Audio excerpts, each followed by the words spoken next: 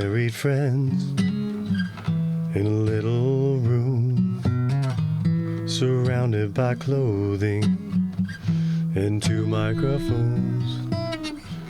They got in a car crash. Look out, look out, look out. She died in his arms.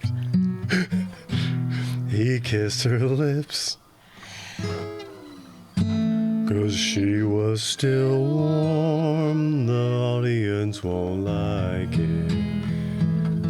No, not at all. Wow. It was pretty good, except for when I started singing the harmony, then you joined me on the harmony, So sorry, there was a couple times where there was no melody. You ruined our favorite. I ruined the song. You were the one who ruined things by dying. Well, Thanks a lot. you were probably driving inebriated. Why would you say that? You would never. I wouldn't. No, I know. Yeah. You were probably mad because someone in the back seat was chewing. I mean, that's true. Yeah. You probably drove us off Somebody a was cliff. slurping their drink, and I just killed us to end it. It would have been a lot harder to ask them to stop. Welcome to the show. Hey, this is The Audience Won't Like It. That's correct. They I'm will Rob not. Shoecraft. I am Leslie Shoecraft. We are married in a closet. Oh my gosh. And A everywhere. little room, if you will. Everywhere else we go, we're Everywhere also else married. we go, yeah. Isn't that nice? We were married at a wedding yesterday. We were. Oh, we were already married, though, when the wedding started. Mm-hmm. Yeah. It was not our wedding, although we did just have our 20th anniversary. That's true. We already already talked about that. You don't care. But You you hate- know, you the hate name our of the marriage. show, we gotta pepper stuff in that You won't keeps you not wanting to come back. This is The Audience Won't Like It. It is a show where we very loosely stage a scenario where 2 people, strangers, married strangers in this case. Strangers in the night. Strangers in the night could be, there's concerts, there's matinees. That's true. Could be during the daytime. I like a matinee. It's not limited to a certain time. It's Get out of the matinee. afternoon right now, Yeah, I was gonna Sunday say. afternoon. Where 2 strangers are in line. They're waiting for a show, waiting for a concert, That's if right. you will. Excited to see this week's concert. Yeah. The Bee Gees? That's right. Yeah. That's I thought the Bee Gees were black till very recently. Are you serious? Yes, I am. Wow. I mean, I don't know a ton about the Bee Gees. I do know a little bit more. I never than that. saw them. I've never seen them. Hold that thought though, because about this song specifically, it was recorded. It was, pardon me, written originally for an African American gentleman by the name of. Was it? Percy Sledge. Oh, Percy Sledge. Yeah. They had some other stuff I saw that was written for some other gentlemen's. Otis Redding. Yeah, that's who I was going to say. You know the song, You Don't Know What It's Like. Baby, you don't know what it's like. Was that supposed to be for Baby Love Otis? somebody. You don't know that song? Oh, it's a really good song. I think it's actually probably better than the I one feel we like did the today. name of this podcast should be Shining a Light into You the know corners. a lot more stuff than I do. Things that You Leslie know doesn't actually know. about like how these songs work. Leslie is a what's the word? College educated musician. I would say formally. music therapist. I do hold a degree in music. I just wasted a lot of time growing up and had the chance to absorb all this, and It's fine. I don't feel bad about myself for not knowing anything. But you know That's what? how I You like don't it. So we're 2 Ignorance is people bliss. standing in line Uh-huh. for a concert. We're about to In this case, discover the the Bee skin Gees. color of the... Like, oh my gosh, I cannot believe they're white. They do have a lot of soul. They do. They're what a lot of people might call blue-eyed soul, Okay. which I kind of Like a lot. I feel like that's I like it's got a cool ring to it. Mm-hmm. I'm sure it's racially charged, obviously, but it's got a cool sound. It does. Yeah, but in any case, they have soul, and I like their old stuff. We'll talk about the Bee Gees a little bit more, but about what this podcast is / YouTube channel. And by the way, if you want to hear our performance or the Bee Gees performance, I'm not sure how we. All 3 of the Bee Gees If you wanna ride hear- into our concert I discovered recently. Yes, unfortunately, they're all dead. We hold we're getting ready for a planning. we're planning a big, huge concert, like Last Waltz style. Like a ghost tribute concert. We're resurrecting a lot of dead greats. They all riding in on something different.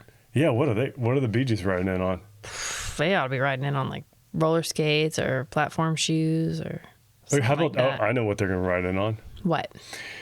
They're gonna, the goldfish you put in the heels of like Oh my disco gosh, yeah. platform. They're gonna shoes? ride in on those. The goldfish. They've grown.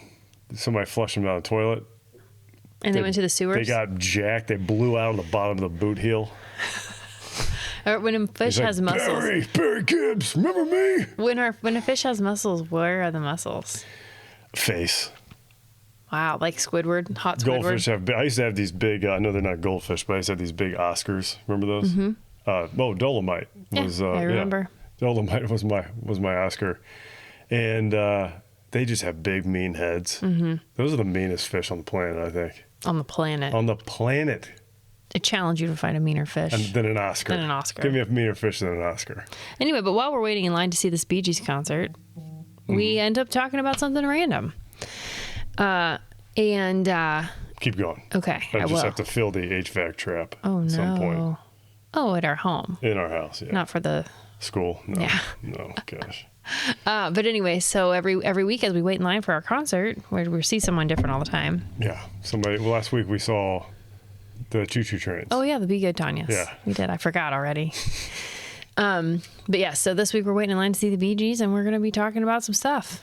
Some stuff. This is some rapid fire stuff. This is the segment where the person might talk to this person. I'm the person. They're trying to get a feel. Well, yeah. So they're like, what kind of favorite corners have you been in lately? Okay. We just keep coming back to the favorites corner.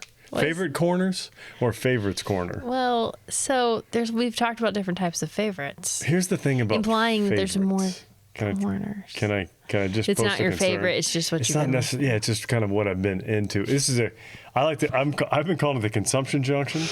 Okay. How about which is? It's okay if I don't get to name anything on the podcast. I don't even know if that still exists. We talked about this before. Did you hear me? You name it what you want. We can call it the favorites corner. I'm kidding. Consumption corner. I like consumption corner. Okay. All right. It kind of keeps a little bit of our. Is that a way to die?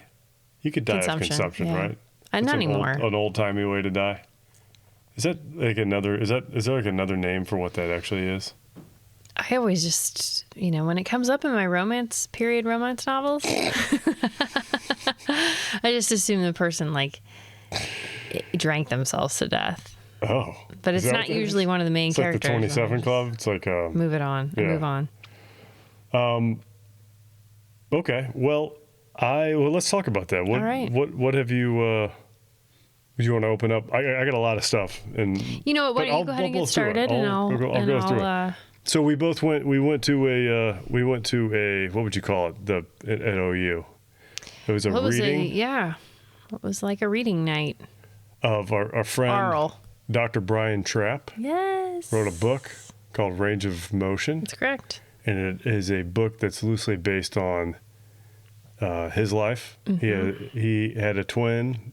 Rest in peace to Danny. Mm-hmm. I'm sure Danny might be interested in maybe joining us. I hope. I hope so. We'd be honored. He had severe cerebral palsy, and Brian. It's kind of his story about it. Just shines a perspective on a world that a lot of us aren't familiar with. Mm-hmm. I'm definitely not, and talks a lot about just communication and the way a lot of nuanced language. I mean, I think Danny spoke like 11 words, something like that. Yeah, and I don't know. It's Brian's one of the funniest people I know. He's super hilarious, but he's also incredibly deep and a really good writer. So when I was in college, I hadn't met Rob yet. Rob is the co-host of this married podcast. That's me, I'm Rob. And my sophomore year, I was living in a dorm with a friend, Janelle. Shout out to Janelle. Mm-hmm. She went on to put her money where her mouth was. True. Mm-hmm. Yeah, she did. National Geographic. Yeah. Well, and a lot of humanitarian efforts. Yeah, she's good. More what I was thinking of. But anyway, and we met around the corner. We met Brian and Tanner. Mm-hmm. Tanner definitely doesn't want us to say anything else about him. Gosh, we shouldn't. I mean, Renat. Redacted. Well, Renat. I was saying his name backwards. Oh. Or forwards. You don't know. That's right. You don't have a clue. Don't say anything more about him. Anyway. And so we became friends and hung out with him quite a lot. And then I met Rob. And then Rob came over to hang out with me in the dorm. And guess what? Rob and Brian were already friends. And that pleased me a lot. Mm-hmm. And it still does. That's right. So we went to support our friend. We saw a little improv show that really wasn't bad. Actually, I was Brian pleasantly started surprised. it. Yeah, He started that's right. the Brian improv started 22 years ago, something like Well, 2003, I think. that. Yeah. So, yep, 22 years ago. That checks out. Wow, we're old. Yeah. But anyway, so we did buy a copy of his book. His book, in our defense, had only been out for 5 days prior to this little mini book tour that he's on in Ohio. Mm-hmm. By the time you hear this, he will be back in Oregon. Yes. Far, far away from here. Mm-hmm. But anyway, we bought the book that night. I did start reading it. I have successfully completed the first part. Nice. And it's it's hilarious and very gallows humor filled. Mm-hmm. As you know, it's kind of on par with our podcast here. That's true. I don't know if you call it yeah, we talk a lot about dead bodies.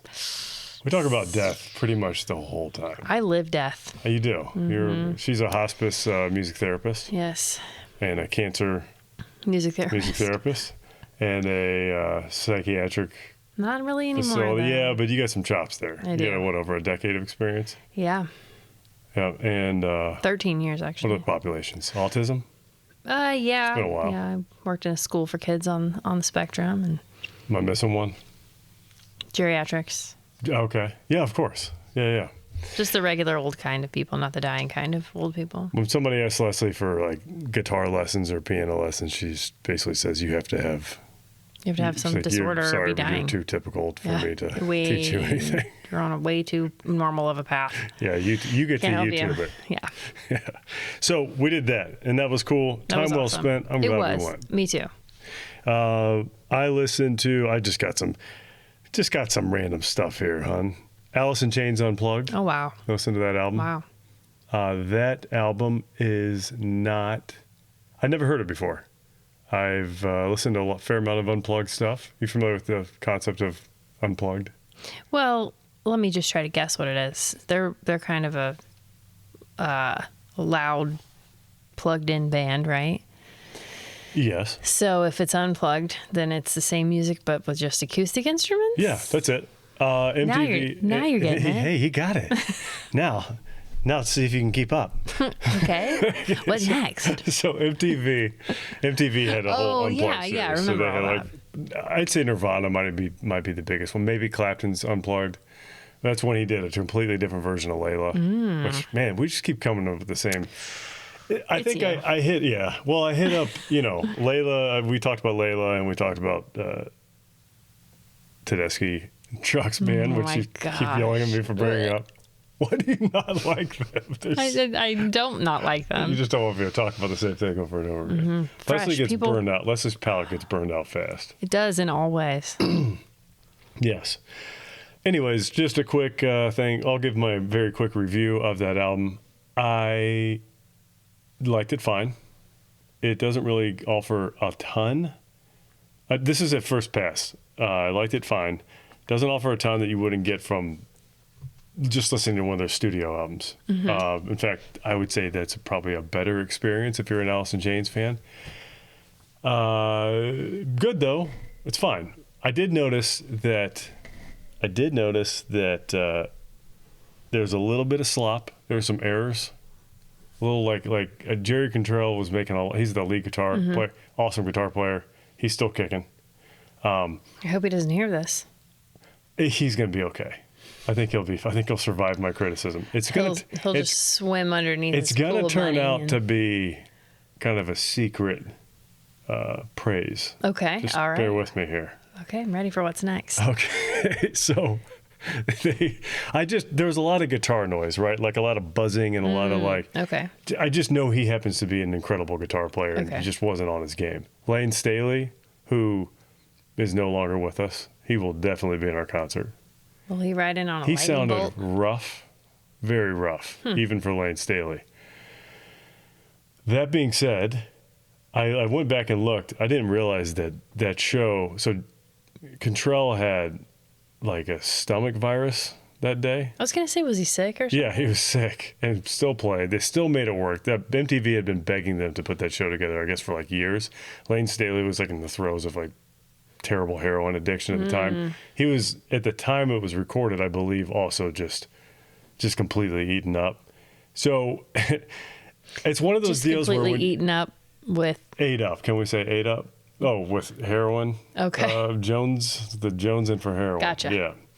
And it's one of those stupid things where now you know that when I listened to it on the second pass ever, after having learned that. best album you ever The heard. screw up sounded a lot cooler Yeah. because it was just like. He was probably throwing up while I was playing that solo. So, it's fine. Fine album.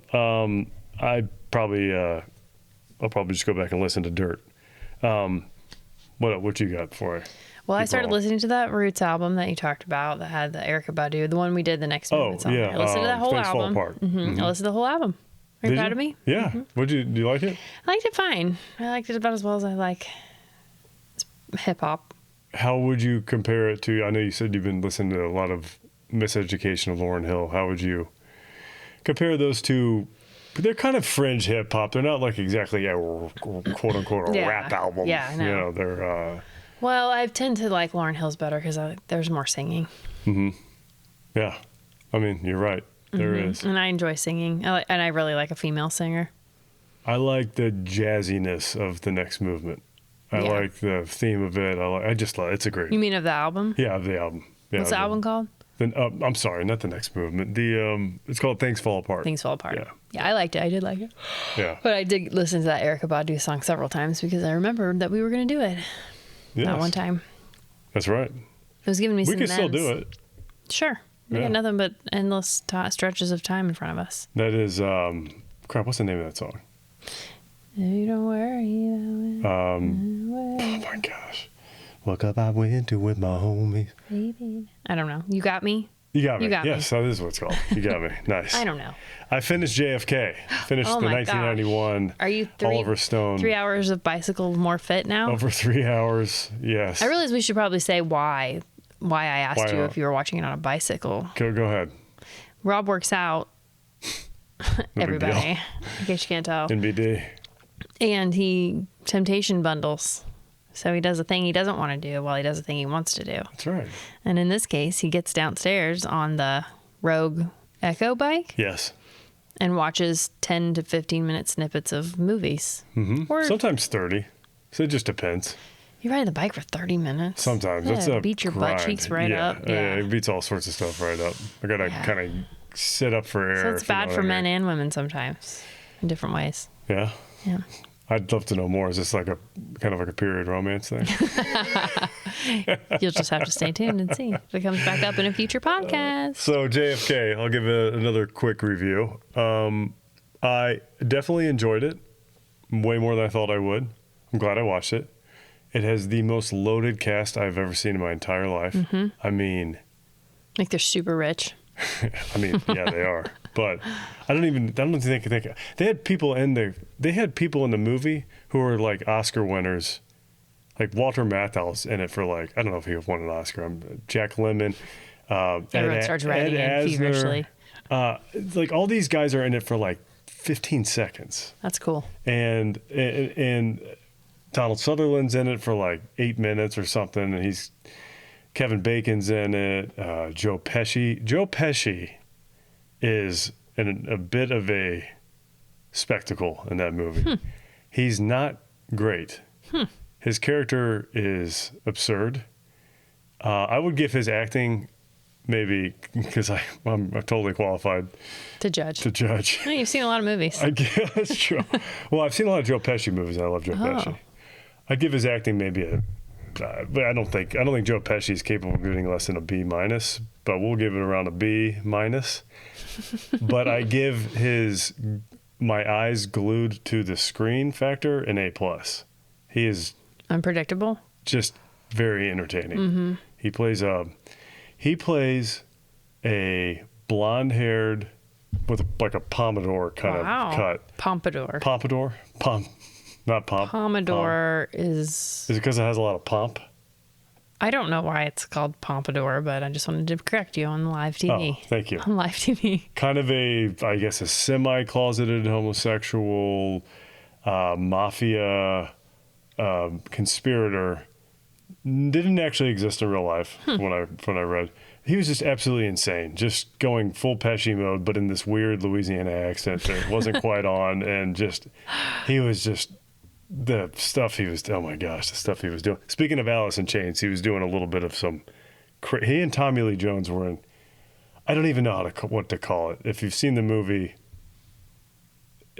Alice in Chains is a reference to like S&M kind of stuff. Yeah.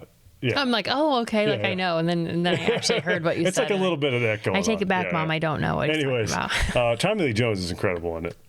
He may have been my favorite actor in that movie. Maybe Kevin Bacon. Wow, there sure are a lot of people in there. Oh, yeah, Kevin Costner is the lead.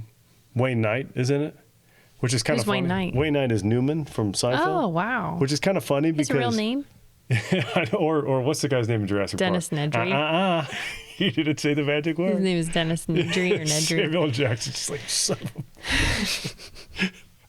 of Dennis Nedry's in it, yeah. Which is, it's funny though. Is there any shaving cream in it? No.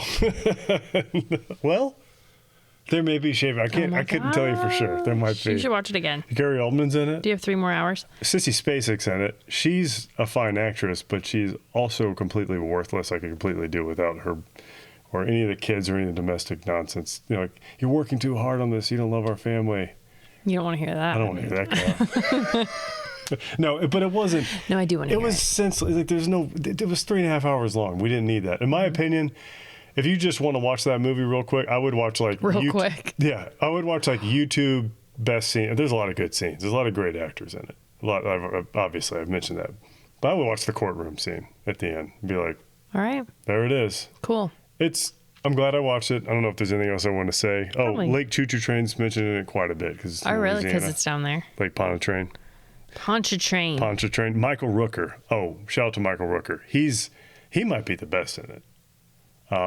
What's he? You guys Who's know he? I'm a big Rewatchables fan if you've listened to the last few episodes, also known as all of our episodes. It's a great podcast. They're big Michael Rooker fans. I am as well. How would I know him? You would know him as Merle. You would know from Walking Dead. Oh, we were talking about him. You know him we love from him. Cliffhanger. Yeah. He's the dude I've in seen that, remember?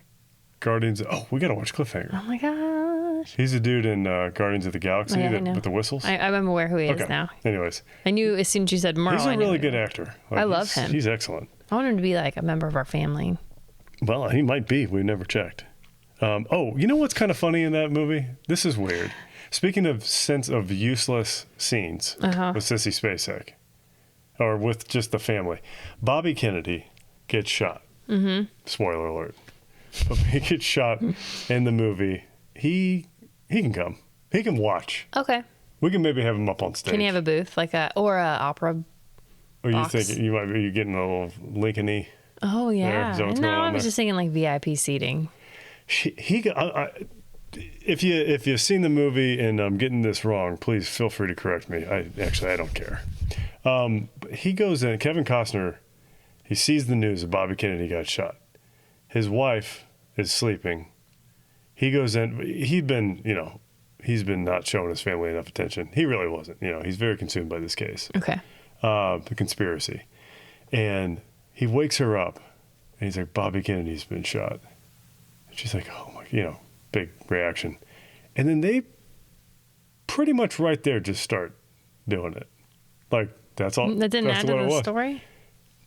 Well, it did a little bit because that's when he realized. I'm skipping a little bit. He's like, I love you. I should love you more. I should have loved you more. And then but then right there, they're just like, they're getting it. Okay. And so is that a scene you would recommend? Can you imagine, if No. If I don't even want to talk about it. Killed, and I go in and you're like, first of all, don't ever wake me up when I'm sleeping to give me bad news.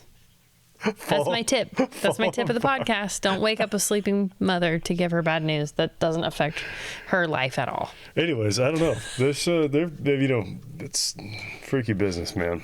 It's quite a movie. All right, so. Well, I'll tell you what I watched. Yeah, I want to know.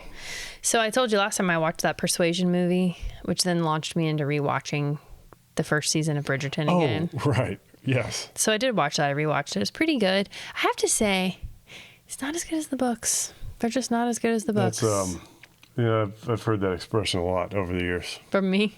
From humans. Everyone. Yeah, from anybody who's read a book. They're great. They're delightful. It's nice to just turn on something and completely check out. What's that called? What's what called? You know.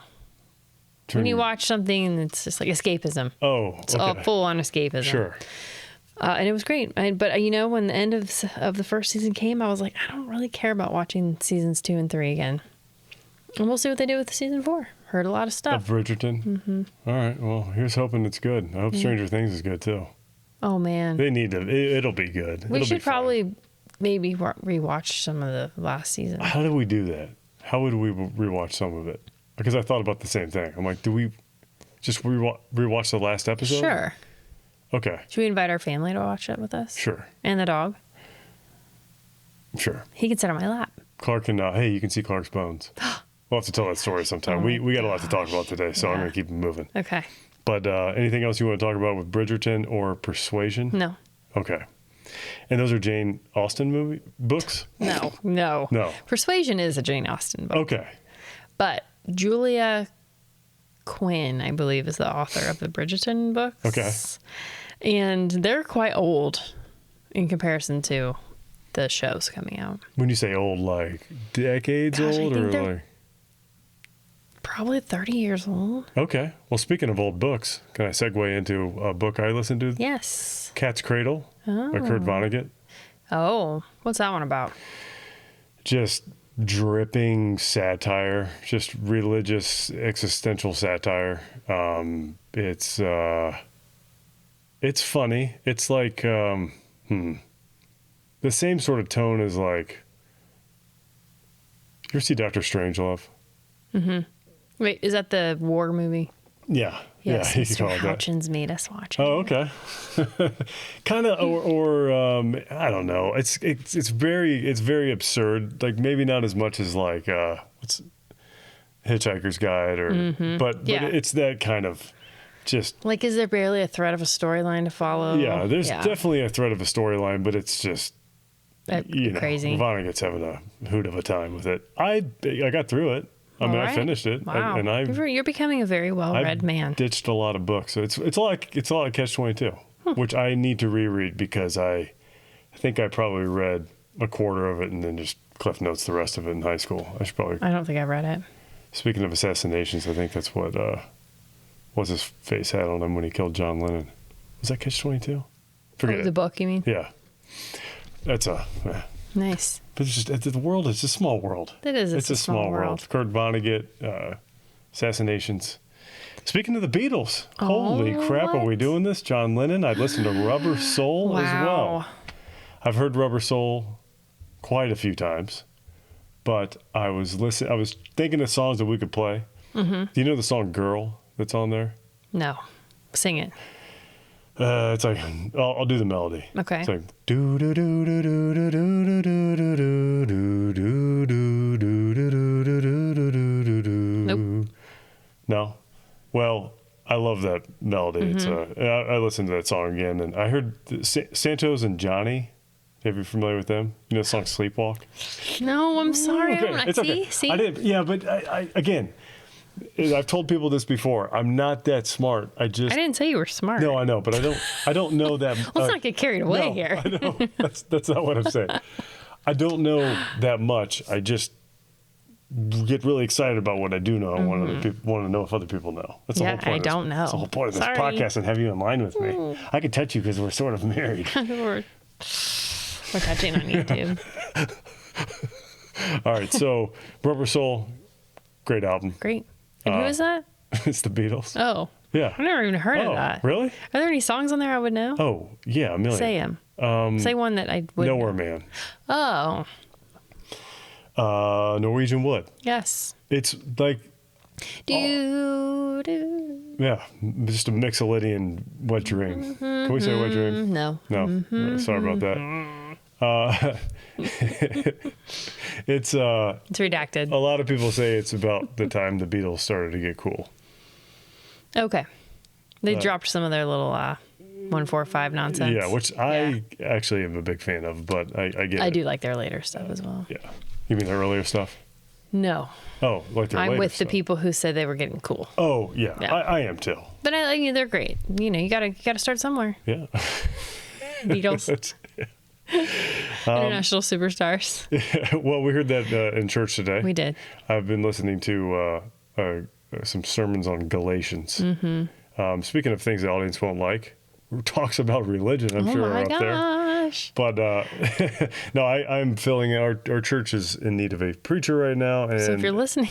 yeah, everybody's filling in. Everybody who, wants and can preach is filling in some sermons. So we're doing a Galatians series, and it's a heck of a book. Oh, it's a loving book, isn't it? Well, there's a lot of circumcision talk in there. Wow. I did. Yeah, I think I might spice things up a little bit, make you proud. Oh, no. Make you proud from the pulpit, baby. Will I be able to hit your leg from the seat? You will not. Oh, jeez. Please don't embarrass our family in front of God and the community. Okay. I won't. Thank you. Too much. So, yeah, been listening to Tim Keller's sermons on there because it's he can come. He's dead. Wow. He can do the opening prayer. Okay. Would you like? You know what's fun? A rock concert with a an bunch of opening dead prayer. people. Biggie Smalls riding on a pot smoking caterpillar. Tim Keller.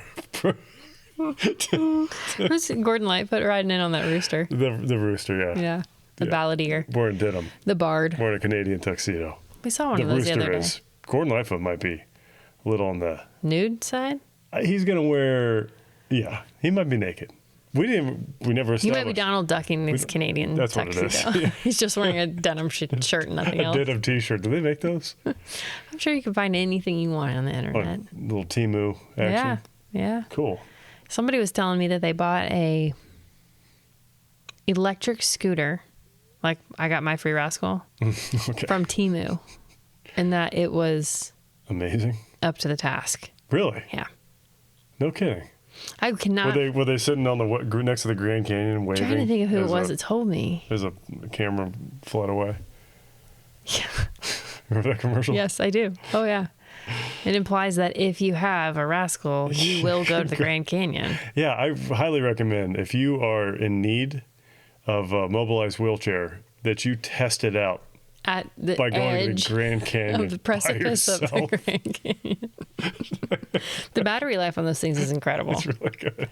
But anyway, yeah, I don't really know how I got on that topic, but Temu, we were talking about what you could order on the internet. Yeah. Denim t-shirts for Gordon Lightfoot. Okay, yeah, that's right. Because we have to supply. Part of the reason we're not having it yet, it's not just because we haven't figured out how to resurrect all these folks. I haven't even tried to start figuring that out. That doesn't mean I've started. Oh, really? Oh yeah. I think we're supposed to stay away from stuff like that. Well, there's a lot of this kind of stuff. I have goggles on a lot. What do you think that the people who are See those listening are goggles? wondering what you're doing when you say this kind of stuff and then you do hand motions? I'm pouring like fluids back and forth. Ew. There's fog. Okay. I have goggle marks on my eyes. Like you're in a lab. Yeah. You were working in a lab late one night Wearing a stethoscope. to see if they came back to life or not. I'm in an airplane. Excuse me, sir. Are you a doctor? Leslie Nelson sitting there with a stethoscope on. Anyways. What's he say? Because I don't remember. Well, it's just like he's on the airplane. He's wearing a stethoscope. Excuse me, sir. Are you a doctor? It's just like, it's funny. It sounds funny because Trust I me. do love those movies. They're good. They're quite good. Blow by Blow. Familiar with that? No. Yes, you are. No. You know why? Why? Because we listened to it. What It's was a Jeff Beck album. Oh, we listened to it on the way to. Don't tell me. Athens? No. Rehearsal dinner. Oh. Yeah. What's that noise? What is that noise? Somebody flushed the toilet. I don't know. It's still It's still fine. recording. Everything's still I think going. We're okay. fine, guys. It's yeah, just. everybody, I it's think gonna be the- okay. Somebody The might people just in the wings are getting angsty. Somebody might have just flushed the toilet. Okay. I'm worried. Okay. It's Blow by okay. blow, We can Jeff talk. Beck. Blow by blow, Jeff Beck. Again, not new. I've listened to it not a million times, a lot. I love it. Did you It's choose just it? every time I listen to it, I love it more. He does everything. He's one of the few guitar players who can play at an incredibly technical level, but everything just sounds awesome. If you're into his style, it's very, very, very funky, very jazzy, funky. I wanted to play "Cause We Ended as Lovers" for you, which is a Stevie Wonder song. Yeah. It's not. Stevie Wonder's never performed it, as far as I know. I think he wrote it for Jeff Beck. Sarita, I think is her name. Anyways, Jeff Beck does a version of it that is just a killer guitar ballad. If you like instrumentals, if you like guitar instrumentals, which I know you do, I'm saying no. it sounds like Careless Whisper. Oh, that's the one we listened to. Because I was like, listen to this song. Tell me this sounds like Careless Whisper. I played it for Clark. Tell me what like, I want to hear. Clark said, Clark's our son. I said, does this sound like Careless Whisper to you? He said, it does. So much so that if somebody was playing it on a saxophone, someone who didn't know music very well would probably think it was George Michael's Careless Whisper. He's just so... He just played right to my... well-spoken. I mean, that's pretty much how he said manipulative. That's what I asked him about Lane Staley's voice. Did he then also ask you if he could buy something right after that conversation? Yeah. After the Alice in Chains, we were listening to Alice in Chains Unplugged. I was like, what do you think of this guy's voice? He's like, he's 13, by the way. He said, I like the music without his voice. It's got a good groove. But, yeah, I think I like it better with the voice. I like his voice. So you like hear him thinking through this. He's like, he gives careful consideration. He would tell me immediately if he didn't like the voice. He's very good at being outraged. Yes. Where does he get that? I don't know. I've never been outraged. You know what else I did? What? Became outraged? I don't know if I want to talk about this during the. I did. No, actually, this week I've been pretty calm. Since Tuesday. Since Tuesday. Yes. Right. Okay. So I've been listening to a fair amount of. I listened to a little bit of Keith Urban and Brad Paisley. Why? Because I like Paisley. Well, I like Brad Paisley's guitar playing. Guitar Paisley. Here's how I got there. I was listening to The Message. Not The Message. Gotta get a message to you. The song that we're waiting for in line right now. We're just going to go see one song and then we're done. One song and I'm out. That's all, guys. Don't try to make me stick around. They're not playing any other songs, so you won't. It's just you sit down, you hear 5-minute song, and then that's it. Yeah. Yeah. Well, Keith Urban played that song with Barry. Wow, really? Gibbs, I think. Did he sing? Yeah. He said it was great. It was actually, I think, I might like it as much as the original. So I was listening to him sing. I'm like, man, that sounds pretty good. And then I was like, I think he plays guitar. And I watched like the top 10 Keith Urban licks on the guitar, and I was pretty impressed. He's pretty solid. But then I remember that Brad Paisley. I don't know much about country, folks. Leslie knows a bit more about country. Yeah, I'm looking for the Brad Paisley album that I really loved. I watched like 5 Guitar Center Guitar Center promo videos for Brad Paisley. That guy is a freak on the guitar. He's really good. I mean, I know it's not news. I've all my country. He's from West Virginia. Is he? Mm-hmm. And that's his real name. I mean, he's very, very legit. It feels very much like the first time I found out that John Mayer is a good guitar player and not just like a pop. Yeah. Well, you know what? I'm still listening to that same No Doubt album that I talked about last time because we're going to be doing one of their songs. Yeah. But I was thinking, it's called Bathwater. Okay, yeah. But I was thinking, like, that album was not a popular. Backwater. Bathwater? Yeah. Oh. Like she's so hot I drink her bathwater? Well, she's basically saying, I love to wash in your old bath water. So, really? Kind of. Wow. Anyway, but I think that album is great. I don't know if it's as great and splashy as Tragic Kingdom, but it's a really, really good album. Splashy? Well, did you work that in with the bathwater thing? Oh my gosh. I like that. No. It's all the time we spent around Kevin JV. Costner and Sissy Spacek hopped in the tub, I think, after Bobby Kennedy got Scrub it up, dub. Had to get cleaned up. So messed up. Anyway, but I was thinking, like, and then she went on, I don't know how many more years between that album, Return to Saturn is what it's called. Then she became that stupid Before she hollerback girl. sold out. Yeah, and I was thinking, like, she's such a banging singer. And then she just started singing all this dumb... Like, the song that I want to do with Bathwater has a lot going on. And then, like, all of her pop crap is junk. It's fun. Right. And I'm like, why do people do that? I mean, Is it just because you can? Yeah, I don't know. I don't know what it's like to be no doubt famous. I certainly don't know what it's like to be famous, and she's been both of those things. She's still married to what's his face from Bush, Gavin. No, Right. no, I think she's with a country singer. Okay, I'll find out. I never really got into Bush. They're fine, I guess. They're somewhere between Pearl Jam and Creed for me. Pearl Jam on the high end. All right, so Yeah, I think the album that I liked, that I listened to a lot, was Time Well Wasted by Brad Paisley. Okay. I don't know that one. I'll check it out. Yeah. Brad Paisley was doing some wild stuff with some of these guitars. Like, I was learning a lot about guitars. The Guitar Center, I might actually have to watch some more Guitar Center promo videos because those are quite interesting. I like Norm's guitars too, but that's kind of a different show. He has a song on that album that's instrumental called Time Warp. You probably like that. And a duet with Alan Jackson. How can you go wrong? It's a great album. I'll check it out. I'm going to have to get this back out and listen to it. Yeah. Cool. So yeah, I went down. I got an appreciation for those dudes. Listened to some Percy Sledge. We'll talk about that. And listen to a little bit more Bee Gees. We'll talk about that a little bit too. I think that's about it for me. I just want to throw one other thing that's really been bringing me a lot of joy. Oh, what's that? How It's Made. Yes. Okay. If you've never watched How It's Made, you can now watch it on YouTube, and it will delight you. If you ever watched... The Canadian television program? Not that one. You have to look up the Science Channel one. Are they the same?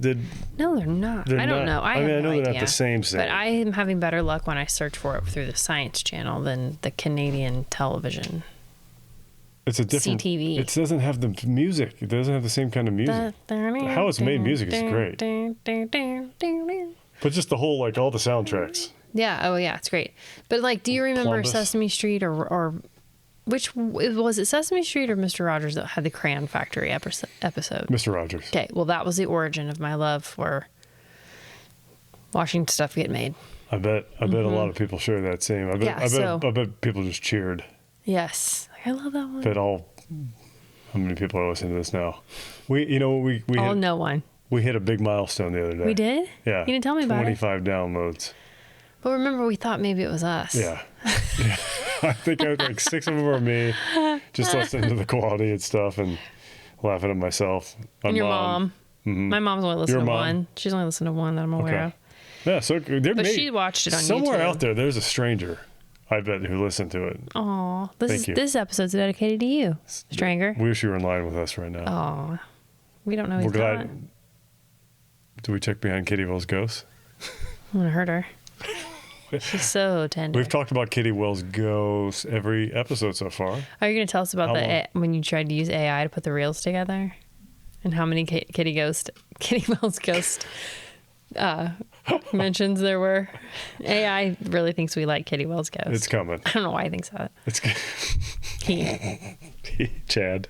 Chad could also be a girl's name. Hey, do you have any bedtime rituals? I take my contacts out and I take an allergy pill. Go on. I wear socks to bed. Okay. Big, fuzzy, overbuilt. How could you say that? You're overbuilt. Oversewn. You're overbuilt. It's oversewn. Yeah, I need them. I can't sleep without them. If I try to, I have to wake up in the night. Put them on. We're still recording, right? Yeah. Just gonna check every now and then. Yeah. And I believe you're actually in the frame. We need a producer. We're doing good, just like this. This is great. Okay. We need to sink some real money into this. Now we got 25 downloads. You think your mom and dad would let us have some money out of the kids' college savings accounts for this? Should we ask them? I'll check, yeah. Maybe they'll give it to us for Christmas. Yeah, I'll talk to Mark. Well, we have a meeting with Mark coming up. Yeah. Hooray. Yeah, so, and then once I'm all ready for bed, and I've done my nasal spray, then I like to get in bed and I like to watch something that cleanses my palate for sleeping. Yeah. And I like it to be something kind of silly and not heavy, not meaningful. Would you call it like a bedtime sitcom? Sure, bedtime sitcom. I like that. Bedtime sitcoms. Sitcom stand for situation comedy. Yeah, situational. Situational comedy. Yeah. Okay. Mm-hmm. Okay. Bedtime situational comedies. So Go. we have some bedtime situational comedies that we have watched.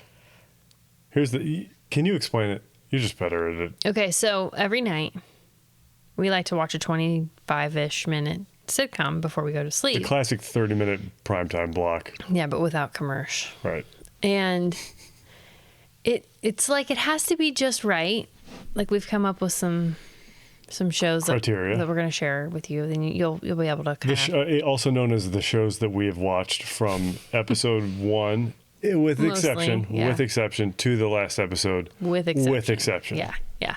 But they have to, like I said, they kind of have to be funny, a little irreverent, goofy, no like heavy, not Ozark. Never going to watch Ozark before bed. But, however, if we watch Ozark... Then we have to cleanse our palate. So it's like something happy. I said that. Sleep palate cleanser. Yes, I said that. Yeah, I know. Yeah. Okay, you're just agreeing. Yeah, well, I thought about it earlier too. I was gonna call it yeah. Yeah. So that way, when you close your eyes and you go to sleep, you're thinking about nothing. Yeah. You just Jim and Pam. Laughed all your Jim and Pam. That's right. That's right. So I don't want to get too far into what it is, because that's going to be kind of part of the show, right? Mm-hmm. We have to talk about why we chose. So sure. What Leslie and I chose to do was of the shows that we watched, we ranked them, right? And here, can I just list the shows that we did watch? Okay. Yes. In no particular order. This is over the last 3 years, maybe? I don't know. 5? I would say more than that. 5 I would years? say 6? Were we doing it before COVID? I don't know. Probably. No, yeah. I don't know. Yes. You know what we didn't put on the list? What? Well, it might not count. I'll add it to the other stuff. What? Part. I'm not going to tell you. Okay. You guys just have to stay tuned. Okay, so here's the list that we are going to be working with definitively. Ready? No particular order. Brooklyn Nine-Nine, 30 Rock, Arrested Development, Modern Family, Parks and Rec, The Office, Always Sunny in Philadelphia, and Letterkenny. Yeah. I think that's it. Yeah, that is. And not Trailer Park Boys. No, some other stuff that made the list. IT Crowd. Yeah, and then I just wrote Family Guy. Oh, yeah. Okay. Or Rick and Morty or Solar Opposites. Yeah, I'll write those down too. We'll talk about them. Yeah. Okay. So, but they all fit the mold. Some better than others. We will talk about that. Yeah. So it's got to be the perfect blend, in my opinion. Do you want me to? No, I want you to talk. How are we doing this? I'm just going to talk. Just going to say what you're going to say. Do you want me to spit my rankings out? Well, we're going to do those one at a time. One at a time. You want me to start from the lowest? Well, I want you to say what you're just going to say about. Okay. Has to be the right. I based these on. Don't give away your ranking though yet. Don't give away my actual how I ranked them. Right. But how I we ranked select them. Don't give away my order, but give away how I selected them. Right? No. I thought you were going to say like my rubric. My what's the word? Rubric. Rubric. Yeah, you can give away your rubric. The rubric is basically sleepability. So it's got to be somewhat absent of like heavy emotion, cliffhangers, awkwardness. Yeah, cliffhangers. No cliffhangers. Excitement, like violence, right? Yeah. These are things that actually usually make up a pretty great show or movie. But not if your wife has bad dreams. Specifically for sleep hygiene palate cleansing, it does not work. Not for this gal. And honestly, I'm with you. Yeah, it's a great little thing we do together. We can call it laugh density. Oh, Just, yeah. How funny is the show? Yeah. But then taking the long view, that's more of an acute perspective. Taking the long view, how consistently good how consistently funny is it through the entire series? We'll talk about that. It's a real thing. I didn't really score this per se. I didn't really score any of this per se, but there are definitely some shows that just have amazing characters that are just stand out above anyone else. Throw Lieutenant Holt out there, Brooklyn Nine-Nine. But then you have other shows They're duds. You just like, we don't need these characters. Sorry, Manny. Who? You know, Manny. Oh, he was okay for a minute. I would always root for him whenever he just got that show got too loaded. That show got too much. We'll get there. We'll get there. Sorry, Anne. I'm a big Anne fan. From Parks and Rec. Oh, she was fine. I mean, I thought you were talking about Egg. Oh no, I'm a huge Egg fan. Oh my gosh, yes, I love Egg. Her? Jeez. Okay. What's his real name? Jason Bateman. Yeah, Jason Bateman. Yeah. Okay. And then I got like ease of entry. That's kind of along the lines of consistency, but how ease of entry / ending, right? So the end caps, like how long did it take for the show to get going, and how did it end? So those are kind of what I considered. Sleepability is a big one. It's the reason why this order is in the order that it is. Okay. It is, yeah, it's the reason this exists. So we have 8. Yeah. So what do you have for number 8? What do I have? Uh-huh. Let me make sure I have 8, first of all. 4, 6. I do have 8. Okay. You ready? Yeah. So this is at the bottom of the list. Modern Family. Modern Family is at the bottom of my list. I love all of these shows. I would not watch them all the way through if I didn't. We've bailed on quite a number of series over the years. Yeah. Probably mostly my fault. It's fine though. I don't care. Whatever. Also, I'm happy with who I am. Yeah, that's good. Proud of you.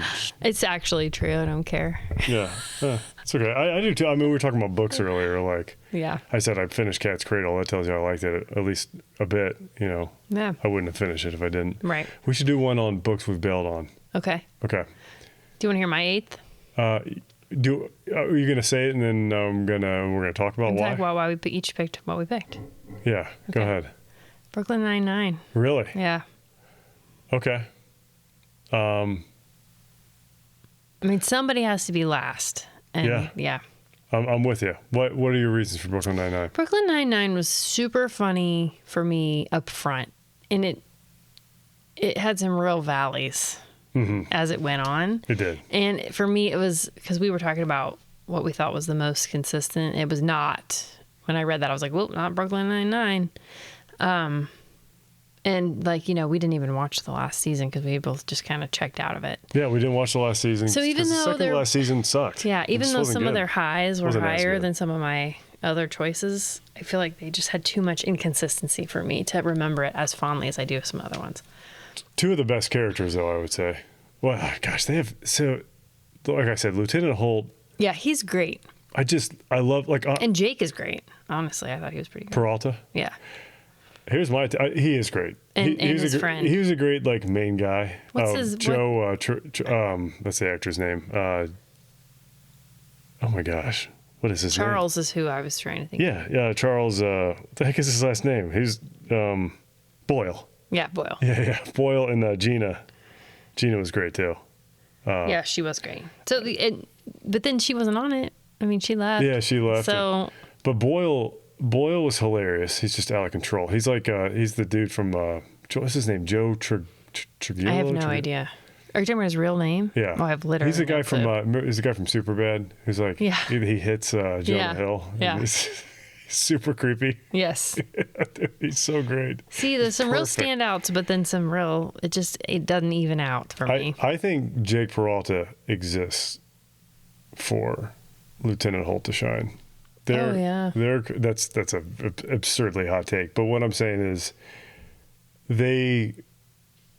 Peralta was a perfect character to contrast Holt. Yeah. Like quite literally black and white, but like in terms of like emotion and the type of character, they played off him so well. I love that text. The scene with the texting is like one of the greatest things I've ever seen in my life. He's like signing his name. Yeah, to every it. time he texts, he's just like sincerely Lieutenant Raymond Holt. It's like my dad. Rest in peace, by the way. He can definitely come to our show. When my dad used to leave me actor. voicemails, he would say, "Hello, this is your father," and then he would say his first and last name. For real, too. Yeah. Yeah. He's not doing a whole. Yep. That's just how he wanted to make sure I knew who it was. So Brooklyn Nine-Nine for that reason. That's my reason too. For Modern Family. Modern Family, a little bit different. Modern Family is my last. Okay. Modern Family, it's so long. Like I think it's I don't actually know this. I didn't fact check this, but Well, Always Sunny is still running. yeah, but Always Sunny has Less episodes. Yeah, less episodes. More seasons, less episodes. Okay. Always Sunny has, well, it's 17 seasons, but I guarantee you it does not have 200. Can this be right? 250 episodes? Wow. Modern Family. We've slept a lot. 11 seasons. Yeah. So it must be long. Yeah. Yeah. Must have been into COVID. Well, so why'd you choose it for 8? It's, one thing I hate about the show is this white lies pyramid trope that they do. Yeah, well, you hate that. It's not my favorite thing. Now, they get untangled, and they're always pretty weightless, and it's totally fine. The show ends up, pretty much all these shows, for the most part, we'll talk about it a little bit, but they all kind of end in a bow. Mm-hmm. Like, they don't carry over too much into the next one. But just...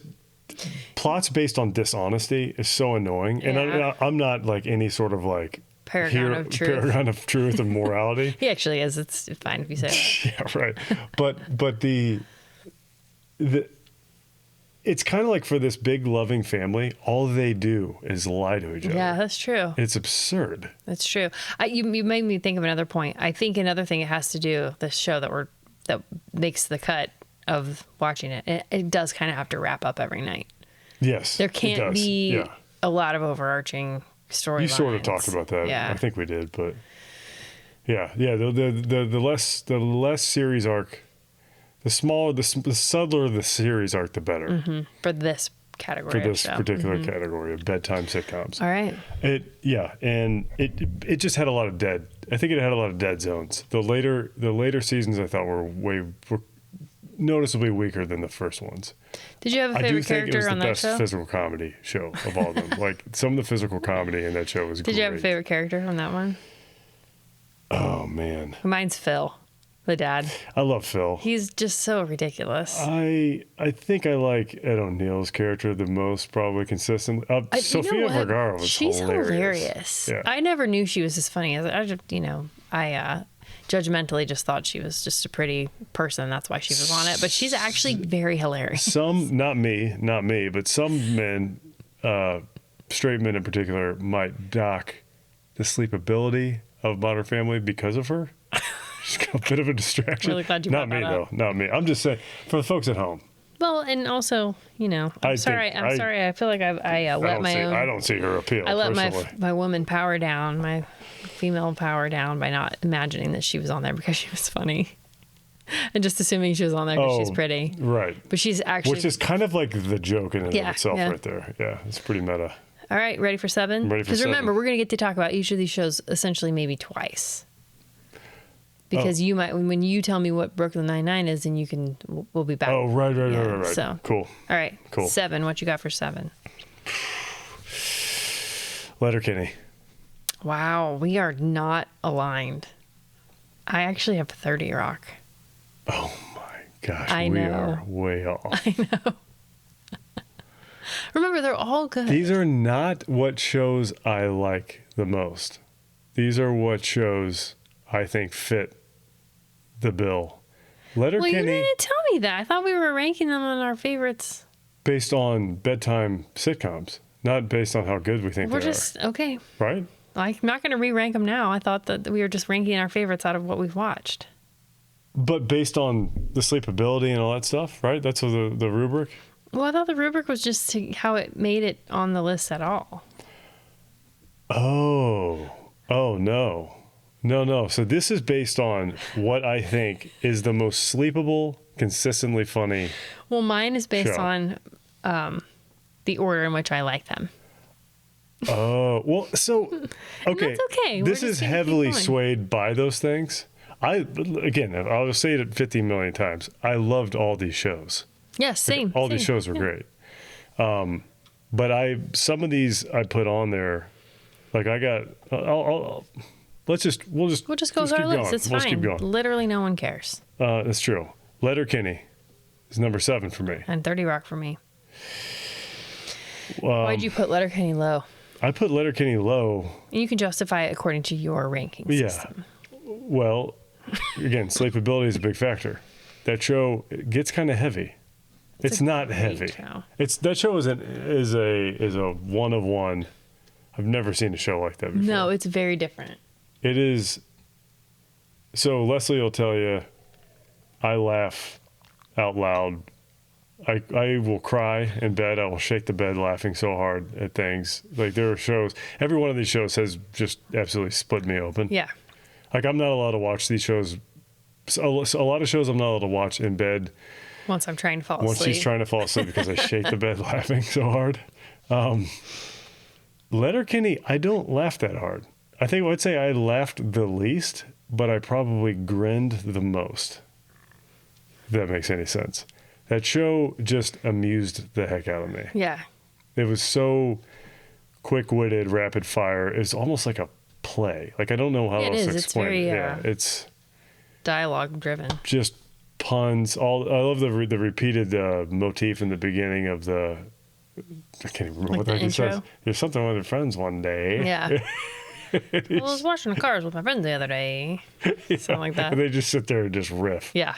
And it takes some getting used to. I wouldn't go into watching Letterkenny with any kind of expectations other than you're probably going to see a show you haven't seen before. Yeah. The characters are amazing. Riley and Jonesy. And say again why you put it at 7? Oh, because it didn't crack. Okay, mainly honestly because of all the fights. The love stories. Yeah. It does. It has a bit more emotion. It pulls on your heartstrings a little bit more. Like the scene with Wayne and the heck's his name? Why can't I remember? I should have looked at the cast list and everything beforehand. Don't know. Wayne and you do. Well, I mean, there's several characters I could think of, but you haven't given me. Not Squirrely Dan. Oh my gosh. The other one that wears the coveralls. Yeah. Why am I blanking? Daryl. Daryl. Thank you. Yeah, Daryl. When Daryl's hanging out with the what do they call him? It's been a few years since we watched it. Oh. The skids. Skids. Yeah. No, it's not the skids though. It's the. Oh, the skids yeah. are like I don't remember what they're called. You mean towards the end of the later seasons? And yeah. they're all shooting. They're shooting at him. Yeah. They're like messing with him. And Yeah. Wayne steps in front of him. Yeah. Like that was pretty. Yeah. Like, Letterkenny's got a lot of scenes like that I would call good TV, but not necessarily the last thing I want to see before I go to sleep. Okay, fair, very fair. It's also it's great. It's a great show. It's that's the biggest thing. Is probably it's kind of like almost too quote unquote good of a show. Yeah, it maybe just barely makes it a cut. But it's not. Again, I didn't laugh super hard. Sometimes it's just like I can't believe they're still making this joke. Yeah. They're probably gonna do it for 5 more minutes. Yeah. And some of the stuff like I could go like I'm totally polarized on what's the guy's name? I can't remember. I'm sorry. Freaking Shorzy. Yeah, you know Shorzy. Give your boss a tug. Yeah. You know, it's just like. I'm all over the place. Sometimes that guy cracks me up. I think it depends on the night. Well, I put 30 Rock for 7th because, I don't know if it was just it was a great show. It was really funny, but I don't know if it's just like the subject matter just didn't thrill me. I don't know. I just didn't care about the show that they were making, which that's the whole premise. Mm-hmm. And so I guess because I ranked a lot of these based on how much I wanted to see the next one, and I don't remember ever being like, I need to see the next 30 Rock. Gotcha. It was good though. It was a good show. I just didn't have a connection with it, and I think I didn't even I fell asleep through the series finale. That very reason is why I ranked it as high as I did. Because it was sleepable. Yeah, it's completely. So maybe we're completely aligned and we just ranked them opposite. Yeah, I also laughed a lot at 30 Rock. I love how absurd that show is. Did you have a favorite? I love how irreverent it is. I love that they sneak really, really filthy stuff into Yes, it they because did, it's so foul that it's just like one of those. Does that really mean what they're saying? Yeah, like the lemon. When they talk about a lemon party, Yeah. which is don't Google something we're it. not going to talk about. But like, there's just all sorts of stuff they put in there that I'm just like, I cannot believe they said that. And the censors do not. They let that go, or I love that kind of thing. Favorite Letterkenny character and favorite 30 Rock character. Favorite Letterkenny character? I might go with Glenn.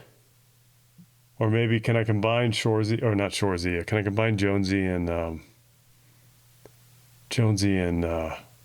freaking what the heck's his name? His friend? Did I write it down here? Riley and Jonesy. Yeah, I just love I love them. I think Wayne is my favorite character. On Wayne's that one. great. I mean, yeah, Squirrely Dan. Yeah. Katie. I love the whole back and forth between Squirrely Dan and Katie. Miss How about Katie's. 30 Rock.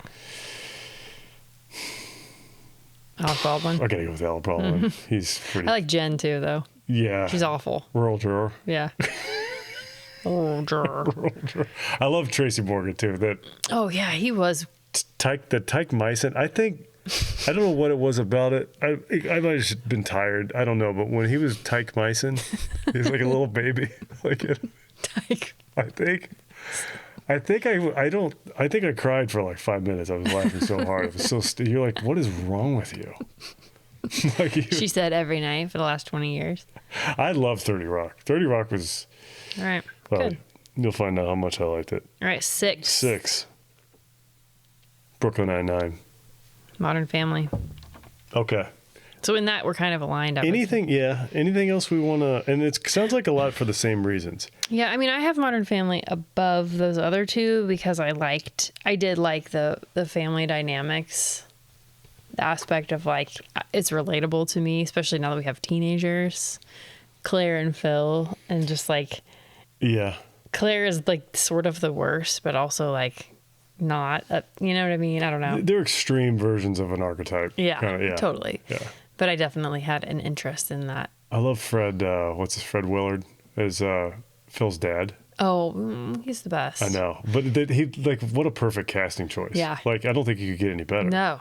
They look alike. They act like they nailed that. Yes, they did. What's their son's name? Because he's a pretty funny character. He is. He got funnier. Much funnier. Unfortunately for Manny. Yeah. What was his name? Haley, Alex. Alex got funnier too. Like Yeah, a lot what's of those the characters son's kind of name? came into their own. Who cares?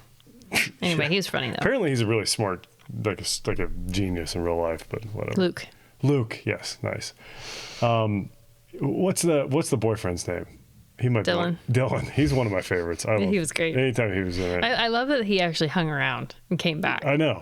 Yeah, me too.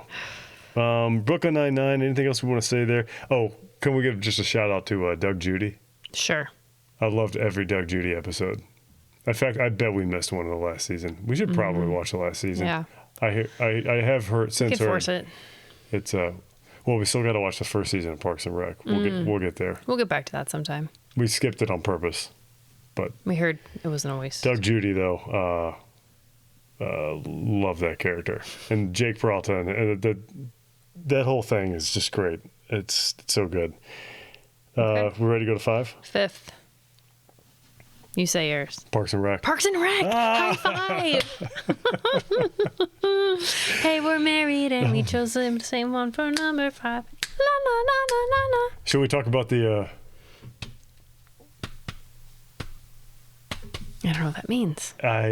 There's this weird. Rob's tapping my leg. There's this cute little thing we do, where when the theme song for every show that comes on. Oh yeah, Rob has to play it on my legs, Tap the beat on her leg. Again, we're in bed. or else I'll know that he doesn't love me anymore. That's right.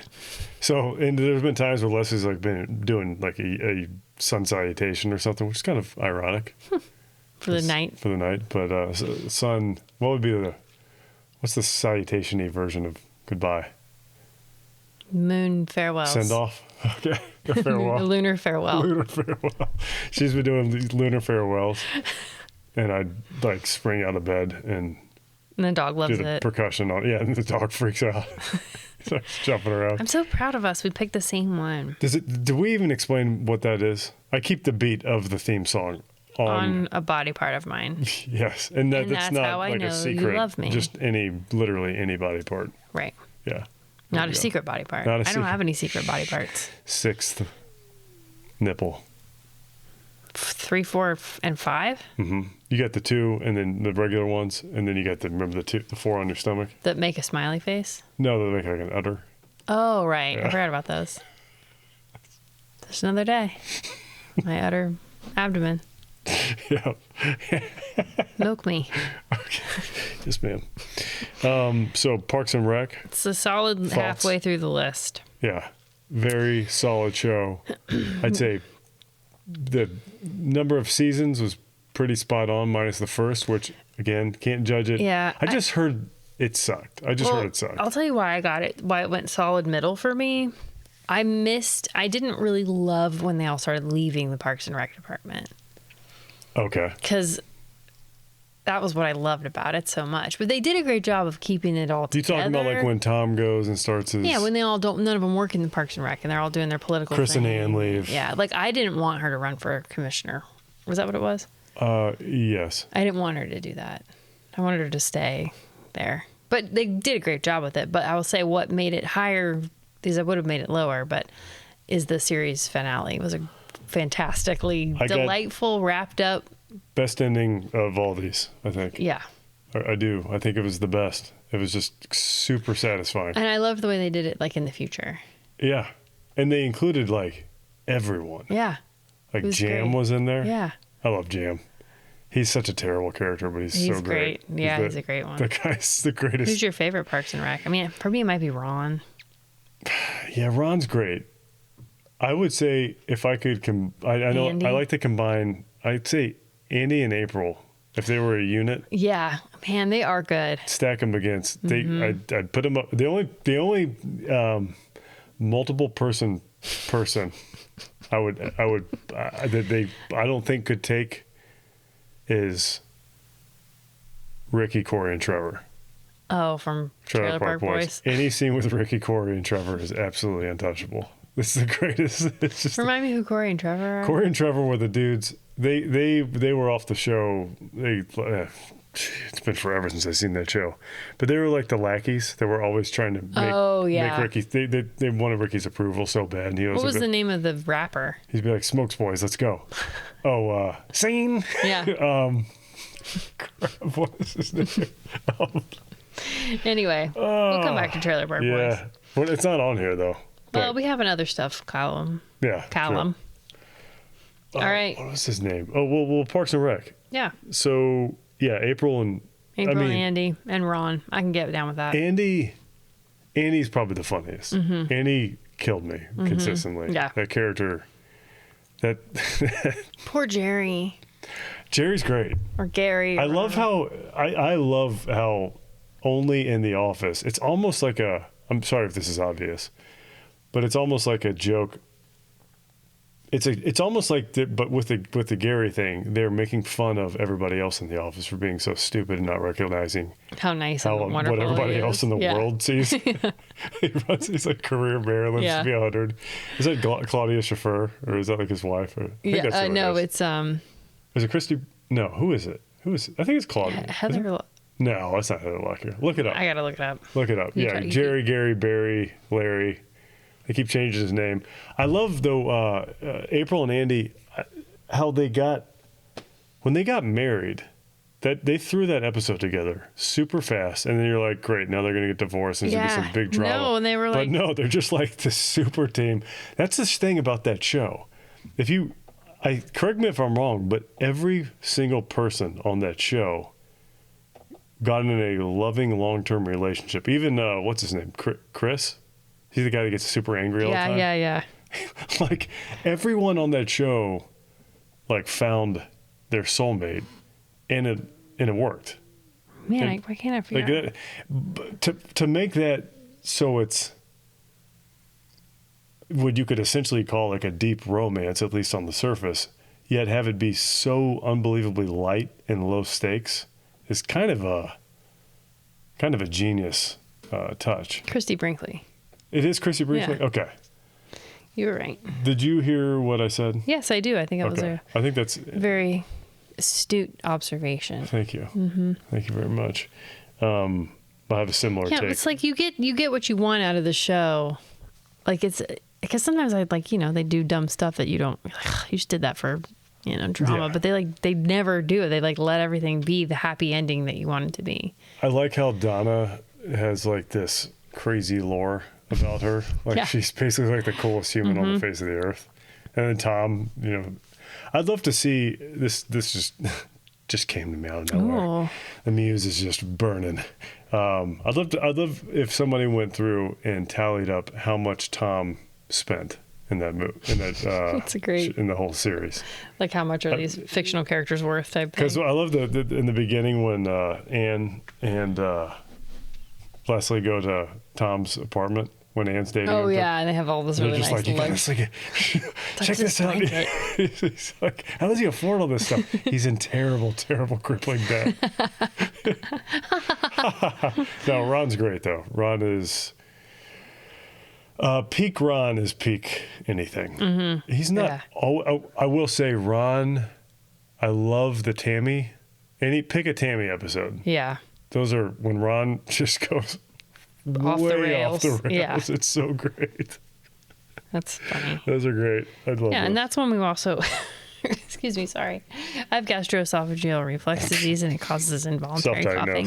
It's real though. Shut up. Anyway, we've also most recently just finished that one. So that's how we celebrated our anniversary. We watched the last 3 episodes of Parks and Rec. That's right. Instead of watching it before bed. Yeah. I'm always nervous about how shows are going to make me feel. Okay. And so that's why I was like, I don't want to watch this before bed. It came out of the rubric because I don't know. You didn't know what to expect. But it was great. But I am glad we didn't watch it before bed. Pretty consistent, right? I mean, like I said, I did a fair amount of research ahead of time. Because we don't like to waste time, right? Bedtime's precious to us, right? We like sleeping. We like to have our eyes closed by 10. I read that you could very, very safely not watch the first season, start of the second season, and get through it. We're gonna come back around. We're gonna watch the last season of Brooklyn Nine-Nine. We'll update you at some point. Yeah, and that's true. We'll watch the first season of Parks and Rec. It might be in a consumption corner. It might be. Yeah, it'll definitely be in a consumption corner, a junction, if you will. Now, I don't have a 4th place because I have a tie for 3rd. Okay. So why don't you talk about your 4th place? My 4th place is Arrested Development. And the reason is, I have down here, for me, it's probably a top 5 all-time sitcom. Maybe even top 3. But there's some pretty heavy-duty bedtime tax on it. Yeah. Explain. It's just... It's very serialized. It's got a continuous plot. It's absurd. It doesn't matter that much. Right. And in fact, my favorite thing about that show is that at the end they say next time on Arrested Development, and they have like a 30-second cut of all these scenes, and then they're never in the next thing. Like that's genius. I swear a time or two it did. Really? Maybe not. It's a genius. It's very great. Like tag at the end of it. Show's so That's good. my favorite thing about it. It is. My gosh, what's another reason? Honestly, I have it later in my list, so I don't want to talk too much about my reasons. Okay, it's just almost too good. Like also, the first 3 one of the reasons it's lower on my list is because the 4th season, I think it was the 4th one, was crap. What happened in that one? We didn't even finish watching it. It just sucked. It was like shot during COVID, and like no one was. They're like trying to do a bunch of stuff with like superimposing people. So we've definitely been doing this for longer than COVID. Yeah. Arrested Development. Yeah, I do remember that vaguely in my mind. The first 3 seasons, though, they're gold. So good. The whole Anne thing, Anne, and then George Michael being in love with his cousin. Oh my gosh. And then never knew. Maybe, yeah. Oh man, David Cross, yeah. What's his name? Tobias. Oh my gosh. Tobias is so good, and he's like a Phil character from Modern Family to me. Yeah, just clueless and wearing jeans. He's like, what did he say? There's dozens of us. Dozens. in the shower. His shorts. Shorts on the and he's like friends with Carl Weathers, who's just completely taking advantage of the whole time. Yeah. And the sister, you said you don't want to talk about Portia. Yeah, that's the actress's Portia name. de but- Rossi. Yeah. Portia de Rossi. Yeah, but what's her name in the show? It'll come to me. Keep How has talking. she not been in stuff lately? Has she been in stuff since that show? I have no I idea. feel like she'd be more famous. I don't know. Job is awesome. The dad. What's the actor's name who plays the dad and the uncle? Lindsay. Jeffrey. Lindsay is the sister's name. Jeffrey Rush, maybe. Lindsay. Yes. Yeah. Maybe Tobias and Lindsay. The mom is. They're just all Mom great. is Satan, basically, and Anya. Oh, no. And what is Charlize Theron's character? She's to quote Dollhouse Murders, brain damaged. Oh, right. But it's like I forgot about her. oh And my that stair gosh. truck. Yeah, yeah. The show is great. I think one of my I'll save it. I'll save it for I think one of my favorite episodes is You know who's in both Parks and Rec and one thing we didn't talk about Parks and Rec is Giancarlo. Oh, what's his name? Giancarlo. Is that his name? His name? And his sister? Yeah, they're great. Don't Are be they in it? suspicious. Are they interested? Don't be suspicious. No, but Henry Winkler is in both right. Arrested Development Yeah. and Parks and Rec. Yeah, he has. Does he have a thing for the mother? Yes. Okay. Yeah. He's the lawyer, I think. Yeah. Okay. Well, I'll take a turn and tell you my third place tie. Wait, the doctor in 30 Rock.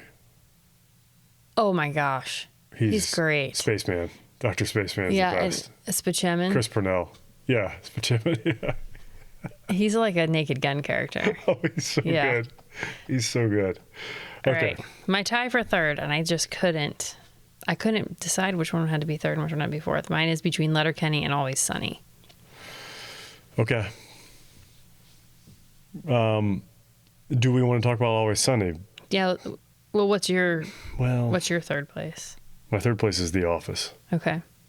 Here's why. Okay. I would actually put The Office lower on my list if it weren't The Office. If I was ranking this on best shows, period, it may be number one. Okay.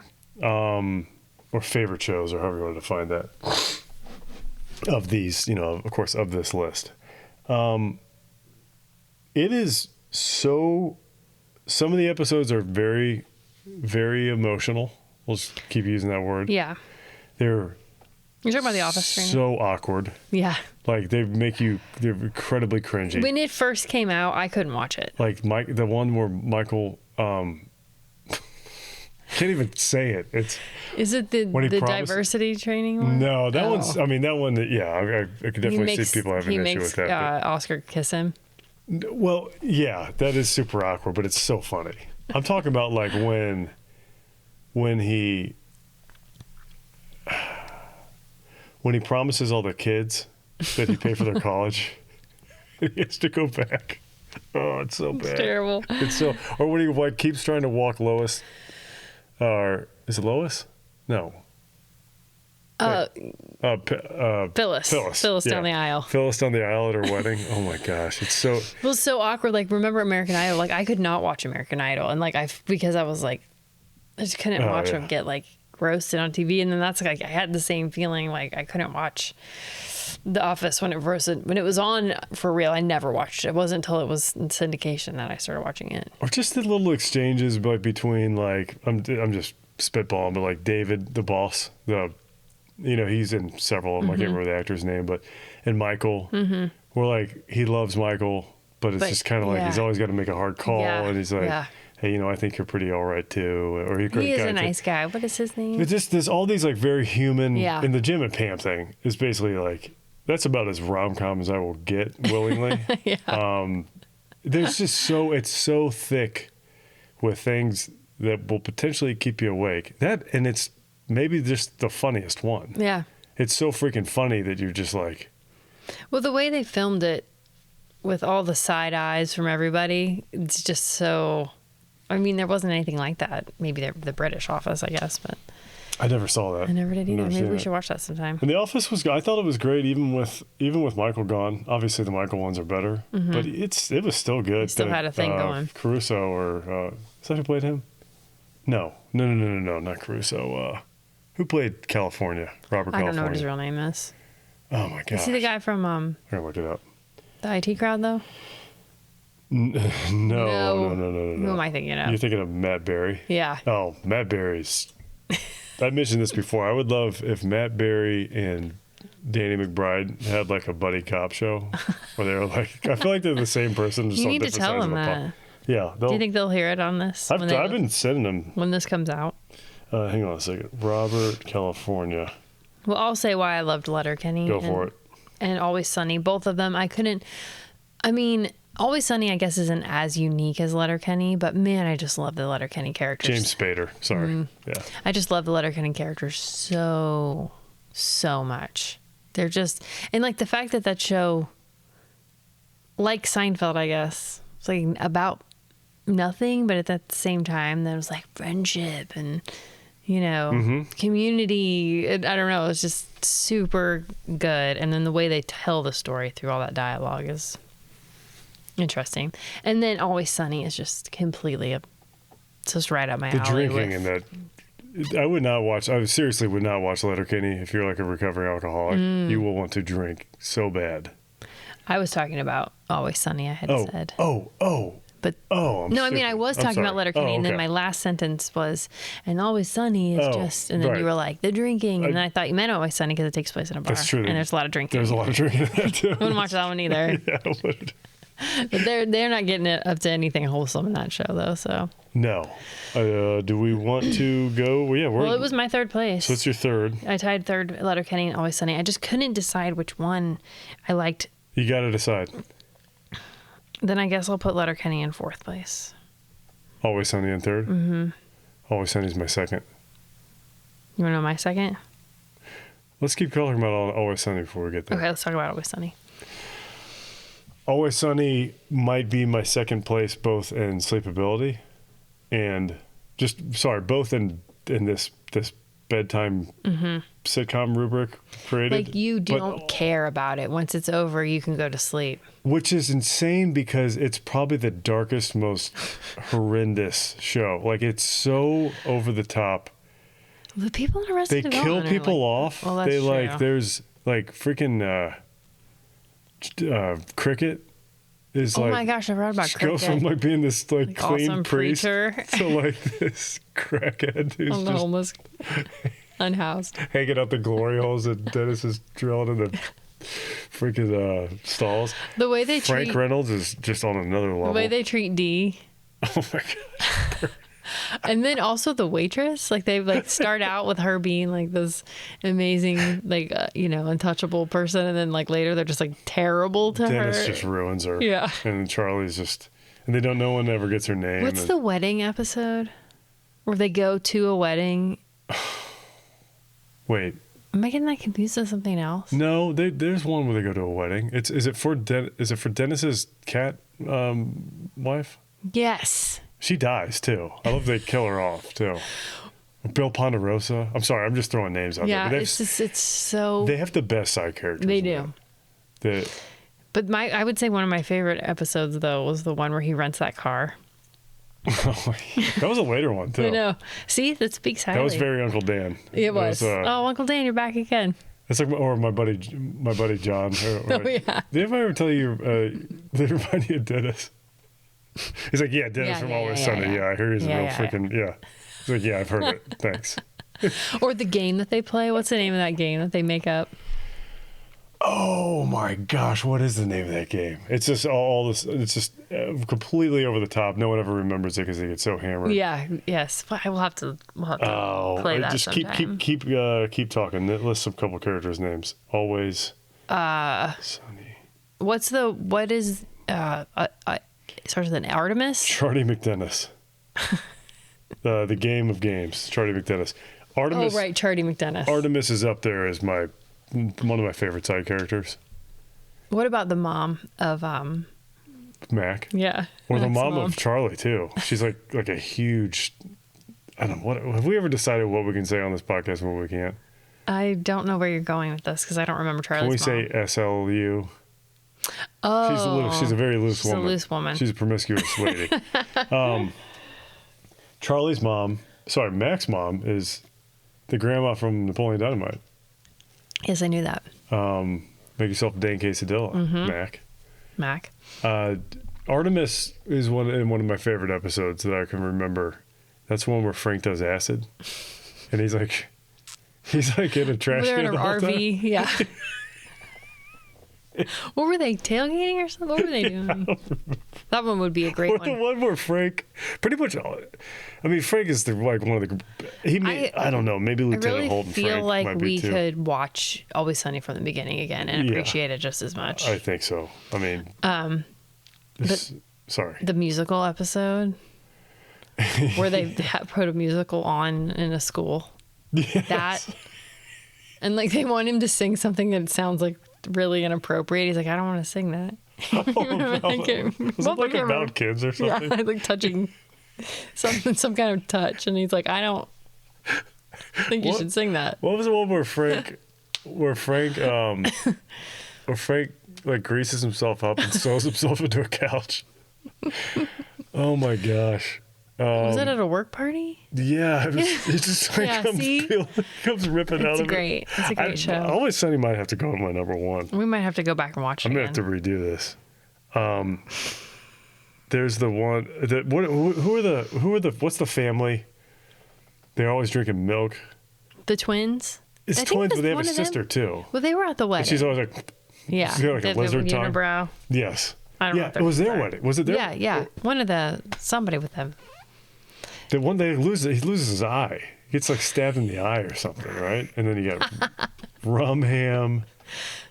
You got what are some other great? I mean, I know I'm missing some major characters and episodes, but All right. Well, what do you have in second place? Was yours Always Sunny? I love how Charlie's always huffing pain. It's such a he's like he huffs Or when they so go down much in pain. the basement of the bar and he's just in the dark. Or like how Dennis is like playfully a complete like serial sex offender. Yeah. It's just like, but seriously, but it's like somehow they make it's a show that I'm sure that people would. I mean, there's so many episodes you're watching like they couldn't make this anymore. That whole thing. Mm-hmm. But I think they could because the thing is they make him look Terrible. like a terrible. Like they don't glorify any of them. No, it's not glorified. That's the kind of thing. That's the kind of criticism I just can't get with when somebody wants to rip on a show for doing that. It's like they're doing it. It's called satire. Yeah. You know. Yeah. But whatever. I mean, if it makes Was you that feel your bad, second I'm place, sorry. Always Sunny? It sucks.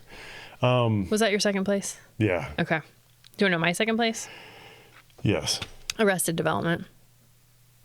Yeah.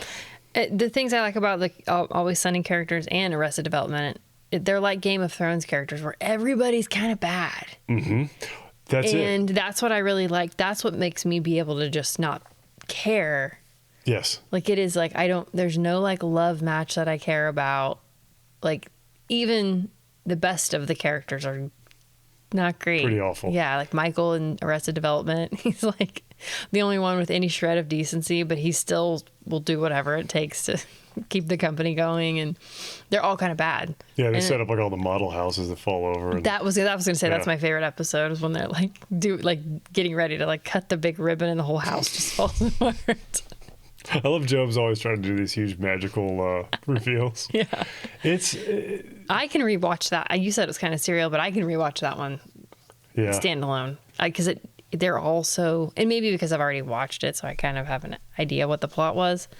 But Well, I'm really glad you said what you said about them being so irredeemably horrible that you don't care what happens. yeah, Again, the whole sleepability thing that we're talking about, that is something that, yeah, again, like with Always Sunny and Arrested Development, with Always Sunny, they have plots where people literally die. Like, people get their eyes ripped out, and there's all sorts of horrible stuff. But you're just like, all these characters suck. Yeah. It totally deserves it, and Yes. it's funny. Yeah. It's just like, yeah, I'm cool. I with got this. no skin in this game. I can go to sleep right away Yes. after watching this. I This is can. fine. All right. And number 1. Well, number 1 is 30 Rock. Office. Yeah, I mean, the reason for 30 Rock is it was just so detached. It's just so off the wall. I love the pace of it. I love the jokes. I love they basically, I don't know if this is true, but they basically build, it seems like they got like 5 jokes they really want to tell, and they just make a episode around About that to joke, make those jokes work. Yeah. And I love how like folks come in and out of the show, and they're just like, oh, I was like, guy's still on. Like, he hasn't been on in 2 seasons, but they just throw him in there. Yeah, they're back. It's zany, and it's almost too zany, but it's perfect. It's a sweet spot for me. I just love.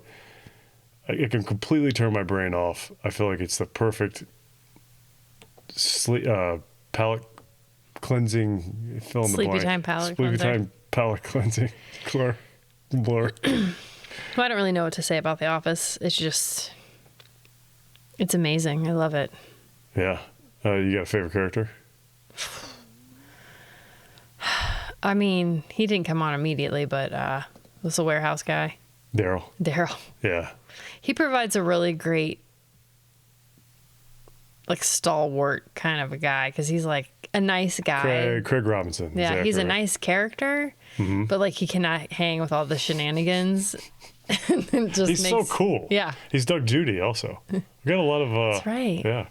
Forgot about that. He's also, I can't wait till. Wow, comedians in comedies. I know, that's weird, huh? What? I can't wait till he dies. So we can put him in our show. So we can be in our show, because he's got a good voice. Yeah. Plays the keys. Yes. He looked like he was playing for real. Yeah, I think he was. I loved the theme song that they did. I can't even. And then, wait, and then Michael was like, Creed's "This is pretty great. terrible."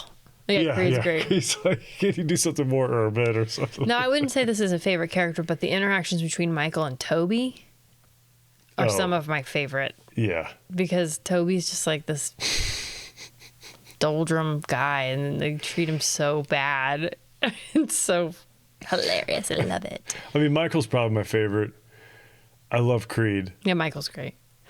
Creed could be in, I mean, I guess all these characters could be in anything, but I feel like Creed could immediately find a place in Always Sunny, Arrested Development, probably even like Brooklyn Nine-Nine. I mean, he could play Brooklyn Nine-Nine. Another character I thought of was it Brooklyn Nine-Nine that had Tim Meadows? He was like a really polite cannibal. I thought that was a cool character. I mean, I remember that, but I don't remember the show. Anyways, I love Creed. I love the episode where it's not a good sleeping episode, but where he gets that woman fired, and then he raises money. He collects a bunch of money around the office for her, and then he just pockets it, throws the card in the trash on the way out. It's just like, whoa. Who did he get fired? I don't remember that part. It was just like a woman in a branch. Like Creed blew the order. He screwed something up. He didn't give a detail, but he made it look like it was her fault. She loses her job. He raises money to help her keeps get her the back money. on I her remember feet. them. I remember that. I mean, Creed is a gangster, dude. And he was in the Grassroots, Yep. right? Grassroots? I don't know. No. A band. No. Wait a minute. Well, I'll look it up. Not the Association, not Oops, the sorry. Grassroots. Oh, man. I'm looking it up. There's a lot of thinking in today's episode. Yeah. I'm looking it up, not you. I want to say the Grassroots. Oops, I looked up Creed's band. Oh, crap. We're getting nowhere. There's a lot of dead air. Sorry. Well, anyway, should we talk about the Bee Gees? Because I'm getting text messages from our kids. yeah. Creed band Office. And this is a good segue because the Grassroots, yeah, it was. Okay. So 67, 69. Ish is when the Grassroots were in their. All right, and I think the Bee Gees had some late 60s. You see where I'm going with this? Success. Isn't That's that right. nice? Yeah. And they're not. Also, they're not American. They That's are another not. thing I learned. No, they were all born on the Isle of Man. Well, they weren't born there. They weren't? No. Oh, where were they born? The UK. Well, one of them was born in the UK and moved there as like a 3 or 4 year Isn't old. the Isle of Man? Isn't it in the UK? Oh, well, they've lived in Australia. Aurelia? Yeah. Yeah. I shouldn't speak. I don't know. I've said enough. Yeah, this is not a place you come to learn. You may learn something, but I usually try to have a tip for everyone every time. give me a tip. I already gave you my tip. What was it? Don't wake up a sleeping mother to give her bad news. Especially if you're also going to try to. I didn't say that part. That was your addition. You could just follow what I said. It'd be enough. All right, tell us about the Bee Gees. Bee Gees have been around for a while. I didn't realize they started in 1958. Technically a 50s. No wonder band. they're dead. No kidding. Yeah, they were. Bee Gees are. They're disco. I honestly have not gotten super deep into the Bee Gees. But the more I learn about them, the more respect I have for them. I had to look up like if they played instruments and stuff because they have such Yeah. big instrumentation on a lot of their music. Yeah. They do, though. And they wrote a lot of their songs. They wrote a lot of songs for other people. They, of course, are known mainly for their disco success. What's their number one? Probably on Saturday Night Fever. But they have like How Deep Is Your Love? I think that's probably a pretty huge one. It's a good song, actually. I like it. It is. They got a lot of great songs. I love I mean, the one that we The did, Nights on Broadway. the one that we're waiting in, in. one that we're waiting in line to see is not like the others. It's not. And it's early. It's an early song. I didn't know that. 68? 7 or 8. 67? Yeah. Which is like their 5th album. It shows you how long they've been around. Wow. Another one that was on there was I Started a Joke. Then we got the whole world laughing. You know that song? I don't think so. It's a really good song. Okay. I'll see. Maybe next week I'll be saying, "Oh, I listened to that Bee Gees album." Well, the album hold your itself breath. it's got some duds on there if I remember right, but they got a lot of good older stuff, like you said, Blue Eyed Soul or Pale Face Soul. There's all sorts Wow, of stupid that's subgenre getting names. somewhere. Yeah, but I can't say I love the Bee Gees because I don't know a ton about them. Yeah. But I have heard some Bee Gees songs like the you one love. that we're talking about that I love very much. How'd you discover this song? I don't know. I just heard it. I get a lot of song discovery on Pandora. Mm-hmm. I think I probably heard this song maybe 15 years ago. Yeah. Something like that for the first time. Maybe 20. I guess 15, 20 years ago. It doesn't matter. I was thinking about if I could use it at work, but I don't think I can. It's pretty dark. I love it because It's about dying. it is, and it's creepy, and it's desperate and kind of sweet and horrible. It does a thing really you like. nice. What's the thing you like that it does? Tell us. Like Care of Cell 44, or we were just talking about another song like it. We're going to bring it up. Yeah, I forgot. No, Oh. it's okay, though. Oh, no, it's not okay. See, we can't be thinking all this. Dang it. Thinking Okay, these okay. thoughts. See, I'll think of it. my gosh, If I what think of it, song? I'll tell you. Okay. Anyways, you got a kind of a poppy, upbeat tune with a really morose Yes, kind of subject message. matter. Yeah. Which, in this case, the message. What do you think the message is? That he's got to get to her? Yeah. He's telling her where the treasure's buried. That's what I hope. I was going to say. No, you are not going to say I that. was going to say, you think it was treasure? He's going to tell her. Treasure. Oh my gosh, we did not plan that, I swear. No, he's got the. That, or maybe he poisoned her because he was mad, and then he's going to tell her that.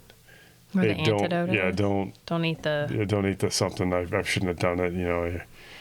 But basically, it's a song about a guy who I guess murdered. I think the last mile is that like the Green Mile that he's got to walk. Yeah. Is that what that means? The preacher said. Preacher says. Preacher says you can get Ebola simply by sneezing blood into somebody's hands. mouth. Oh, mouth. Anyway. So it's a song about, a guy on death row. He's about to get the chair, I guess. Or the injection. Or, or the noose. Oh. Or maybe, or the pillow maybe they can put him in front of a Do they shooting smother gallery. people to death in prison? Yeah, Lee Van Cleef used to do a lot of work then as an executioner. He used to go around and put pillows on people's faces. They hold them Shoot there? them. There's a lot of people who've died by pillow. Pillows, some sort of associated pillow association. Pillow-related death. Yeah, pillow-related death. PRD. You ever see the call it. movie Bad Boys with Sean Penn? Not the Will Smith one. No. He puts a bunch of soda cans in a pillowcase and beats a dude. with it. No, I haven't seen that. Pretty sweet. Clark and I were. He hasn't seen it either, but we mentioned it in the car ride. Okay. Judy was getting upset. Oh, no. Not Judy, your mom. My mom. Yeah. My mom, Judy. So the message, it has some interesting musical components. What do you think? It's in 2 keys. Yeah. The verses are in C. Mm-hmm. The chorus is in D. And it has a proper key change in E. Yep. So like 3. Mm-hmm. Do you think that's an artistic choice? I know key changes are pretty darn popular in even pop songs, but I was thinking the last E is like almost like I gotta get your attention. Like it's going up a step. Okay, I think so because this is what I was going to say that I was going to say. Okay. Is that is a thing we do a lot in music therapy is if you're playing a song, like if I have a group of people and I feel like I'm losing them, I'll change the key. I'll go up a step. And it makes people's eyes, oh, something changed. You get their attention. Oh, wow. And I do that a lot. I probably do that at least once a week if I feel like I'm losing my oldies. Then I'll change the key, always going up.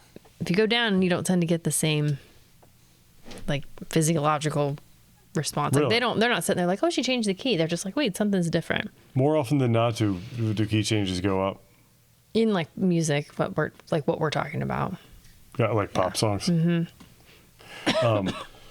But yeah, I think I agree with you. I think that very last key change is a desperate. And he like, even you gotta sounds hear, like I just got like like he's like crap. like It's getting this real. is it. Yeah. It's getting closer. But the pillow song is doesn't. getting But closer the to song, his like the face. melody and the workings of the song, don't get any less. Like it's kind of it could very easily be a happy song. Like it's a very, very well constructed song. But it could be. Well, you got what did I say? Not Toby Keith. Who's the Brad Paisley? No, Urban. Keith Urban. Keith Urban.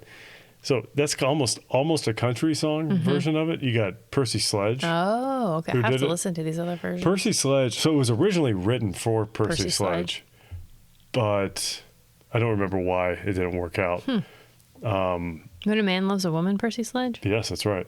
Wow. Who kind of sings like this? Kermit the Frog. Yeah, he's got a little Kermit, a little Aaron Neville. Yeah. Like Love you. I don't know. Yeah. But also Barry Gibb kind of sings. What's like Aaron that. Neville riding on? Sounds like he's riding on something when he's singing. I don't think he's dead, is he? No, but I mean, when he's singing, it sounds like he's like on a small trampoline He's or singing. something. I think he's just singing into a fan. Like a box fan. Like Chris Farley. No. Doesn't sound anything like Aaron Neville. I like Aaron Neville fine, but he's a big dude. I think he's kind of I thought he was I short think and he's heavy. like 6. I think he's like my size. Well, he doesn't sound like he's big. No, he doesn't. But he does he does falsetto. Like that's his.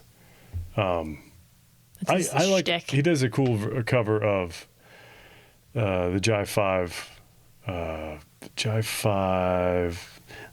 This is my story. It's admittedly inspired by our theme song. Yeah, I bet. But Aaron Neville does a version of that too. It's like, this is my story. Do you think that Aaron Neville's going to come for us? Like for copyright? I think Aaron Neville's probably a pretty cool dude. You think so? Yeah, he hangs out with Wyclef Jean. Oh. They were on the Carnival.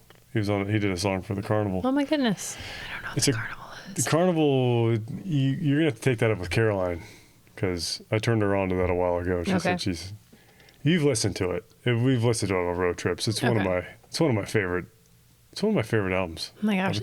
If had a favorites corner, would you put it in there? It's going. I may just do an outright episode about it. Oh my. Yeah. I'll have to listen to it. One of these days, I'm going to do a cover of Song Fizi, which is let's get back to the Bee Gees. Back to the Bee Gees. Okay. Mellotron is in it. They use a lot of Mellotron. Oh, what's a mellotron? It's so it's a keyed instrument.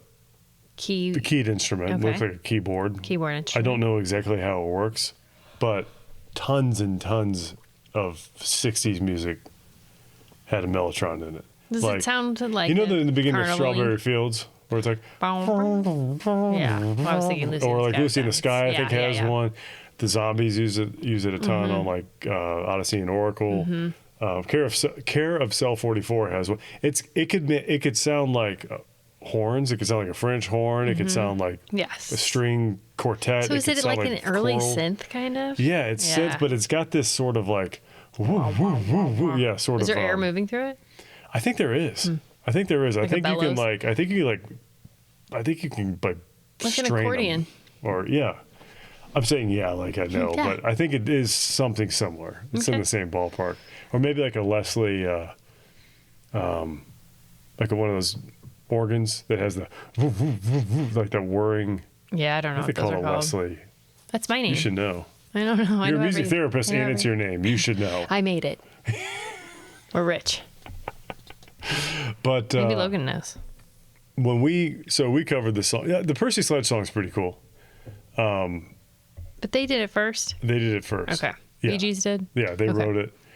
They wrote it for Percy Sledge. Oh, so they wrote music for others. Yeah, they wrote the song that you didn't know. They wrote before this. I think '67. What is it?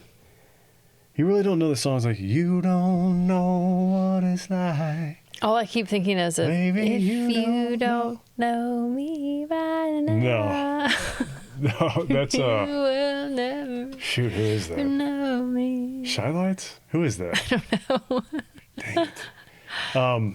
Anyways, that song was written for Otis Redding, who died before he. I was going to ask you if he didn't sing it because of his death. Yeah, Otis Redding is absolutely going to be there. He's a headliner. He's another big. He's a headliner. Big old man. Big beautiful singer. So this song could vary as evidenced by Percy Sledge versions, which I think worked quite well. Some of the words you just said didn't come out quite right. Well, we're going on 2 hours here. Oh my God. We're working on it. It's good. It's good. Well, some people in our house are hungry. It's okay. Once a week we do this. We get in our closet, 2 microphones. Just be glad you're not in a car crash. Accident. Yeah. Die in my arms. I'm not even going to kiss you. Okay. So, do we want to talk about our cover of it? Yeah, let's talk about our cover. I played keys. Yeah. When did you first hear this song? When you shared it with me on the way home from a band competition. So, like recently? No, yeah, I'd never heard of it before. Oh, really? Yeah. This was a hit. Remember, I thought the Bee Gees were black. Oh, yeah. It's been 2 hours, but this was a hit. This was I think I saw that it was number a hit. 1 in the UK, number 8. Did you know that US? only like the Beatles and Elvis and maybe one other group has outsold Bee Gees? I'm not surprised by that. Are the Eagles in that list? I don't know. Anyways, I like the Eagles though. You like the Eagles? I do too. They're great work songs. So I want. Oh, yeah. A lot of people like them, and they're not hard to play. I wanted to start. So it starts off with I'm just gonna.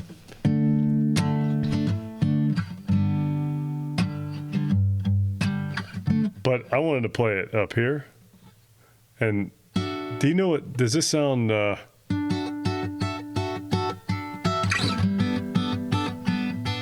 That's not exactly it. I feel like I should be packing my car in some sort of montage when I hear that. I was inspired by. That's how I started instead of that. Yeah. The way is by Divided Sky by Fish. They kind of start sort of they're like kind of upstroke. To Fish. Yeah, I like Divided offbeat. Sky is one of my favorite.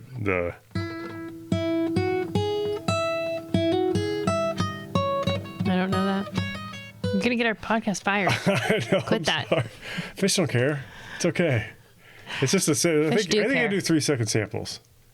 Well, you've already maxed out. I wanted to put that. I like that little upstroke, and then into key change. So Yeah. I try to go with a,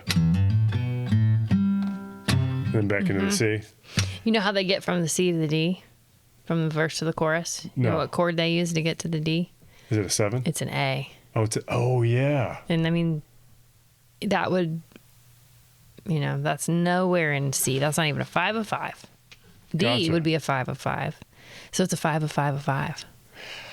It's an Inception borrowed chord. It's a 5 of 5 of 5? I don't know if that's a thing, but I'm just saying the 5 of 5 for C would be D. And Okay. A is the 5 of D. Tune into our 5 of 5 capital V of capital V episode. Or don't. I'm too embarrassed to go back and listen to that I one. listened to it. So I listened to that one again, and no joke, I learned something. Wow, you were Yeah. there the first time. I know, but I You were able to there's internalize. less pressure. Yeah, I didn't have to worry about what I was going to Well, say that's next good. and all that kind of crap. Well, hey, maybe somebody else will have learned something. I hope so. Yeah. Well, one thing I like about what we're figuring out as we go along, not that we were ever trying to make it sound like the radio, but I feel like by you changing your little intro and having little changes that you want to make, like if we actually ever do play out, these will be our own Yeah, totally. versions of them. Absolutely. And this was, like I mentioned, this is a learning opportunity for me, but when it does the key change to the E, he does in the recording, they do it just right away. Just as soon as the chorus ends, it goes key change right into, or as soon as the verse ends, key change. I just could. I tried it a couple times. You could have. I could have helped you if you'd wanted to. But what you did was good. But I wanted to add that kind of make it sort of panicky. Yeah. But Yeah. I cheated though because Then you played around. then I could also I got there and I could sing with it. We did a lot of, when I was in college in choir, we did a lot of key changes, and there's like a lot of praise music that does that, like spiritual, not contemporary praise music, but like black church music does that a lot. We sang a lot of that.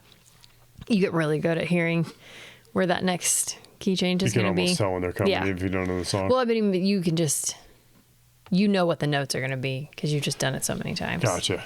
Is that just what would you call it? Like just like drill interval changes? Yeah. Or? Yep. Got it. It's like a muscle memory of I really need rote. to do that. I need to do that. There's Pat Martino is a jazz guitar player who said, like, I love listening to like really quippy one-liner tips from like the greatest, guitarists of all time. And he said I think he said he always knows where the minor third and fifth intervals are Okay. for every note he plays. Yeah. And he's like, that's pretty much it.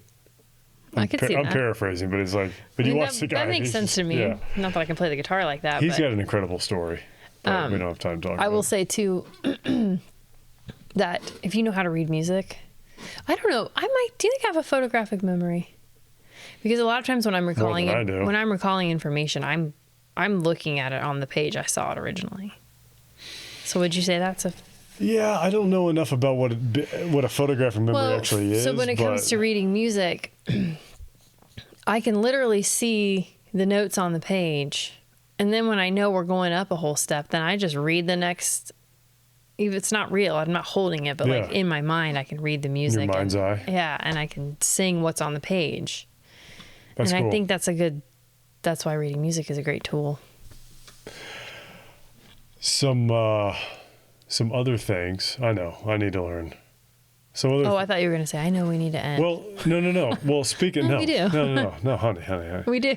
Speaking of like reading, like I realized this is so stupid. Like for those of you at home, I mentioned this in the first episode. One of the reasons I wanted to do covers, there's a million of them, but one of them is because I like really have never bothered to learn a whole lot of songs, and He's a really good improver. it's to Improviser? a fault though. But yeah, thank you. I realize how valuable it is to know the song, because because I wanted to do like when I was playing like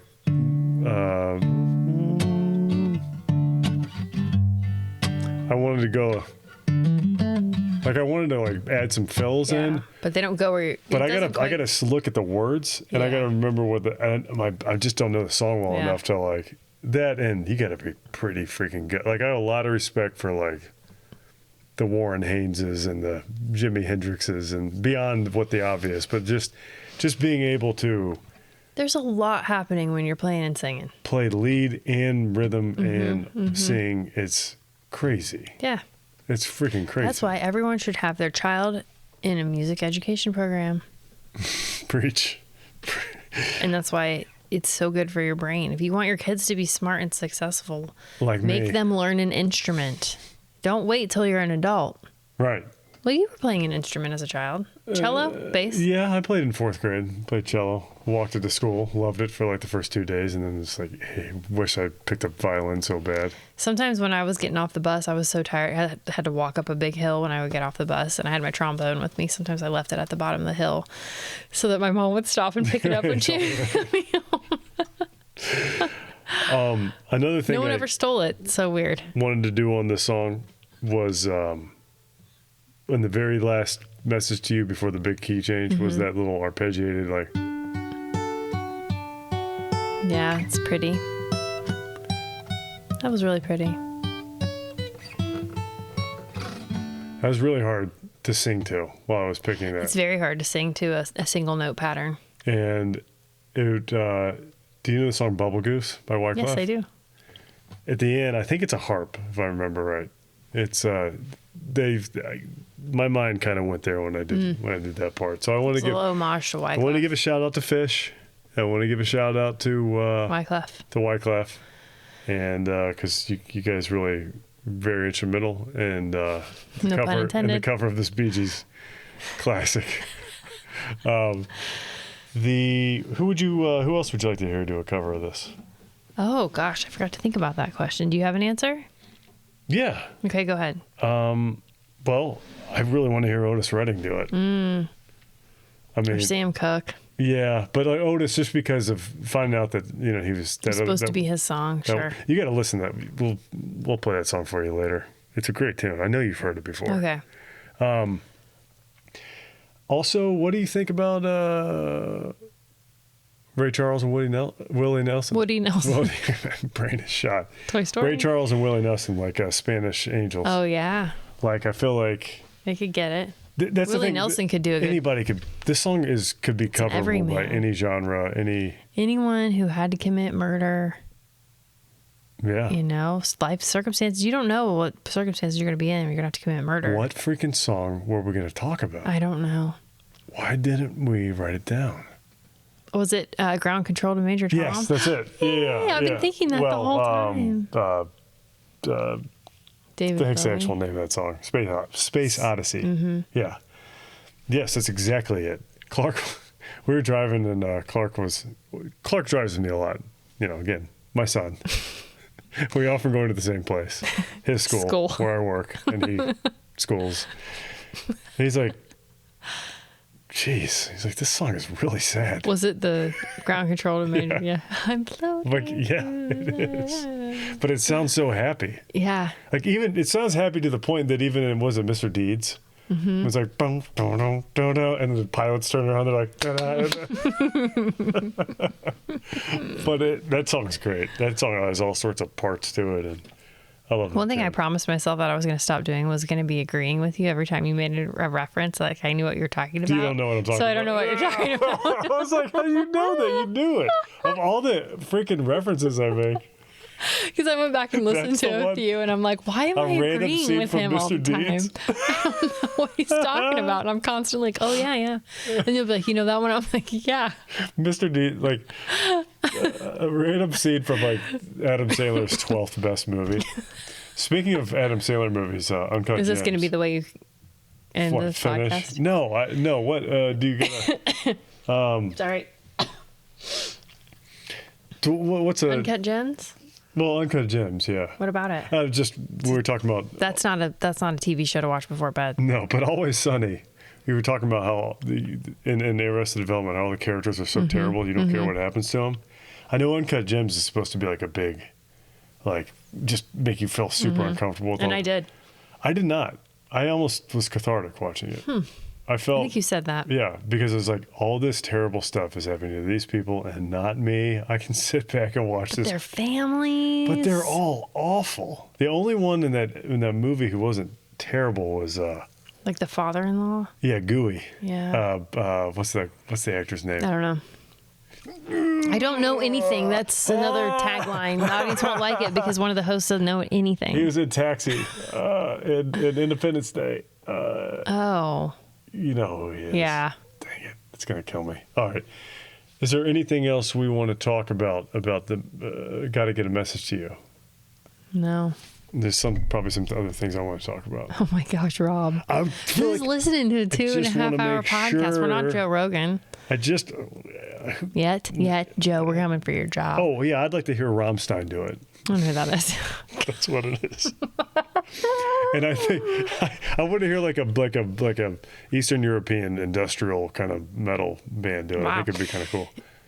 Now, I don't want this for this song, but I really long for a song where I say, I want to hear Justin Bieber sing that. Like specifically, you're like, that's the one. I feel like Justin Bieber's a great singer, but he doesn't do enough for me. I want to see what he can really do. Okay. I'll keep my eye out. Okay. Would you like to hear him take a shot at this one? No, I just said, not this song, but a future song. You want to know what song, what movie I think would be perfect for this song? What? Rogue One. Oh my gosh. You know I love that movie. That's great, though. Because at the very end, it's just so frantic to get that to... Yeah. Spoiler alert, but... To get what way? It's a frantic message that somebody needs to get to someone. Or what else I put? I think I was spitballing. Road Trip. The movie Road Trip. Yeah, I don't Maybe remember Memento. Could be like kind of an artsy way of application of that message. Fight Club while we're at it. Yeah. Man. Well, yeah. Okay. Yeah, There's some I follow you. There's some duality in that. I like that. Mm-hmm. It's good. It's good. Awesome. Well, we really appreciate your time, guys. Thank you. That is a wrap. It sounds like made you it could to check Columbus. us if you want to hear us cover this song. Yeah, that's right. It's 2 hours to Columbus from 2 hours and 6 minutes and 47 seconds. Oh my gosh, every week's getting longer. It's supposed to. I don't know if I agree with that. Like we might have to have an off-air meeting about the length of this thing. Oh no. We'll figure it out. We might have to cut corners. My favorites? No. We can't cut the favorites corner. Consumption corner. The consumption corner. All right, guys. We'll check us out on YouTube. Yeah. If you want to see our cover. Follow, subscribe. Do those things. Download.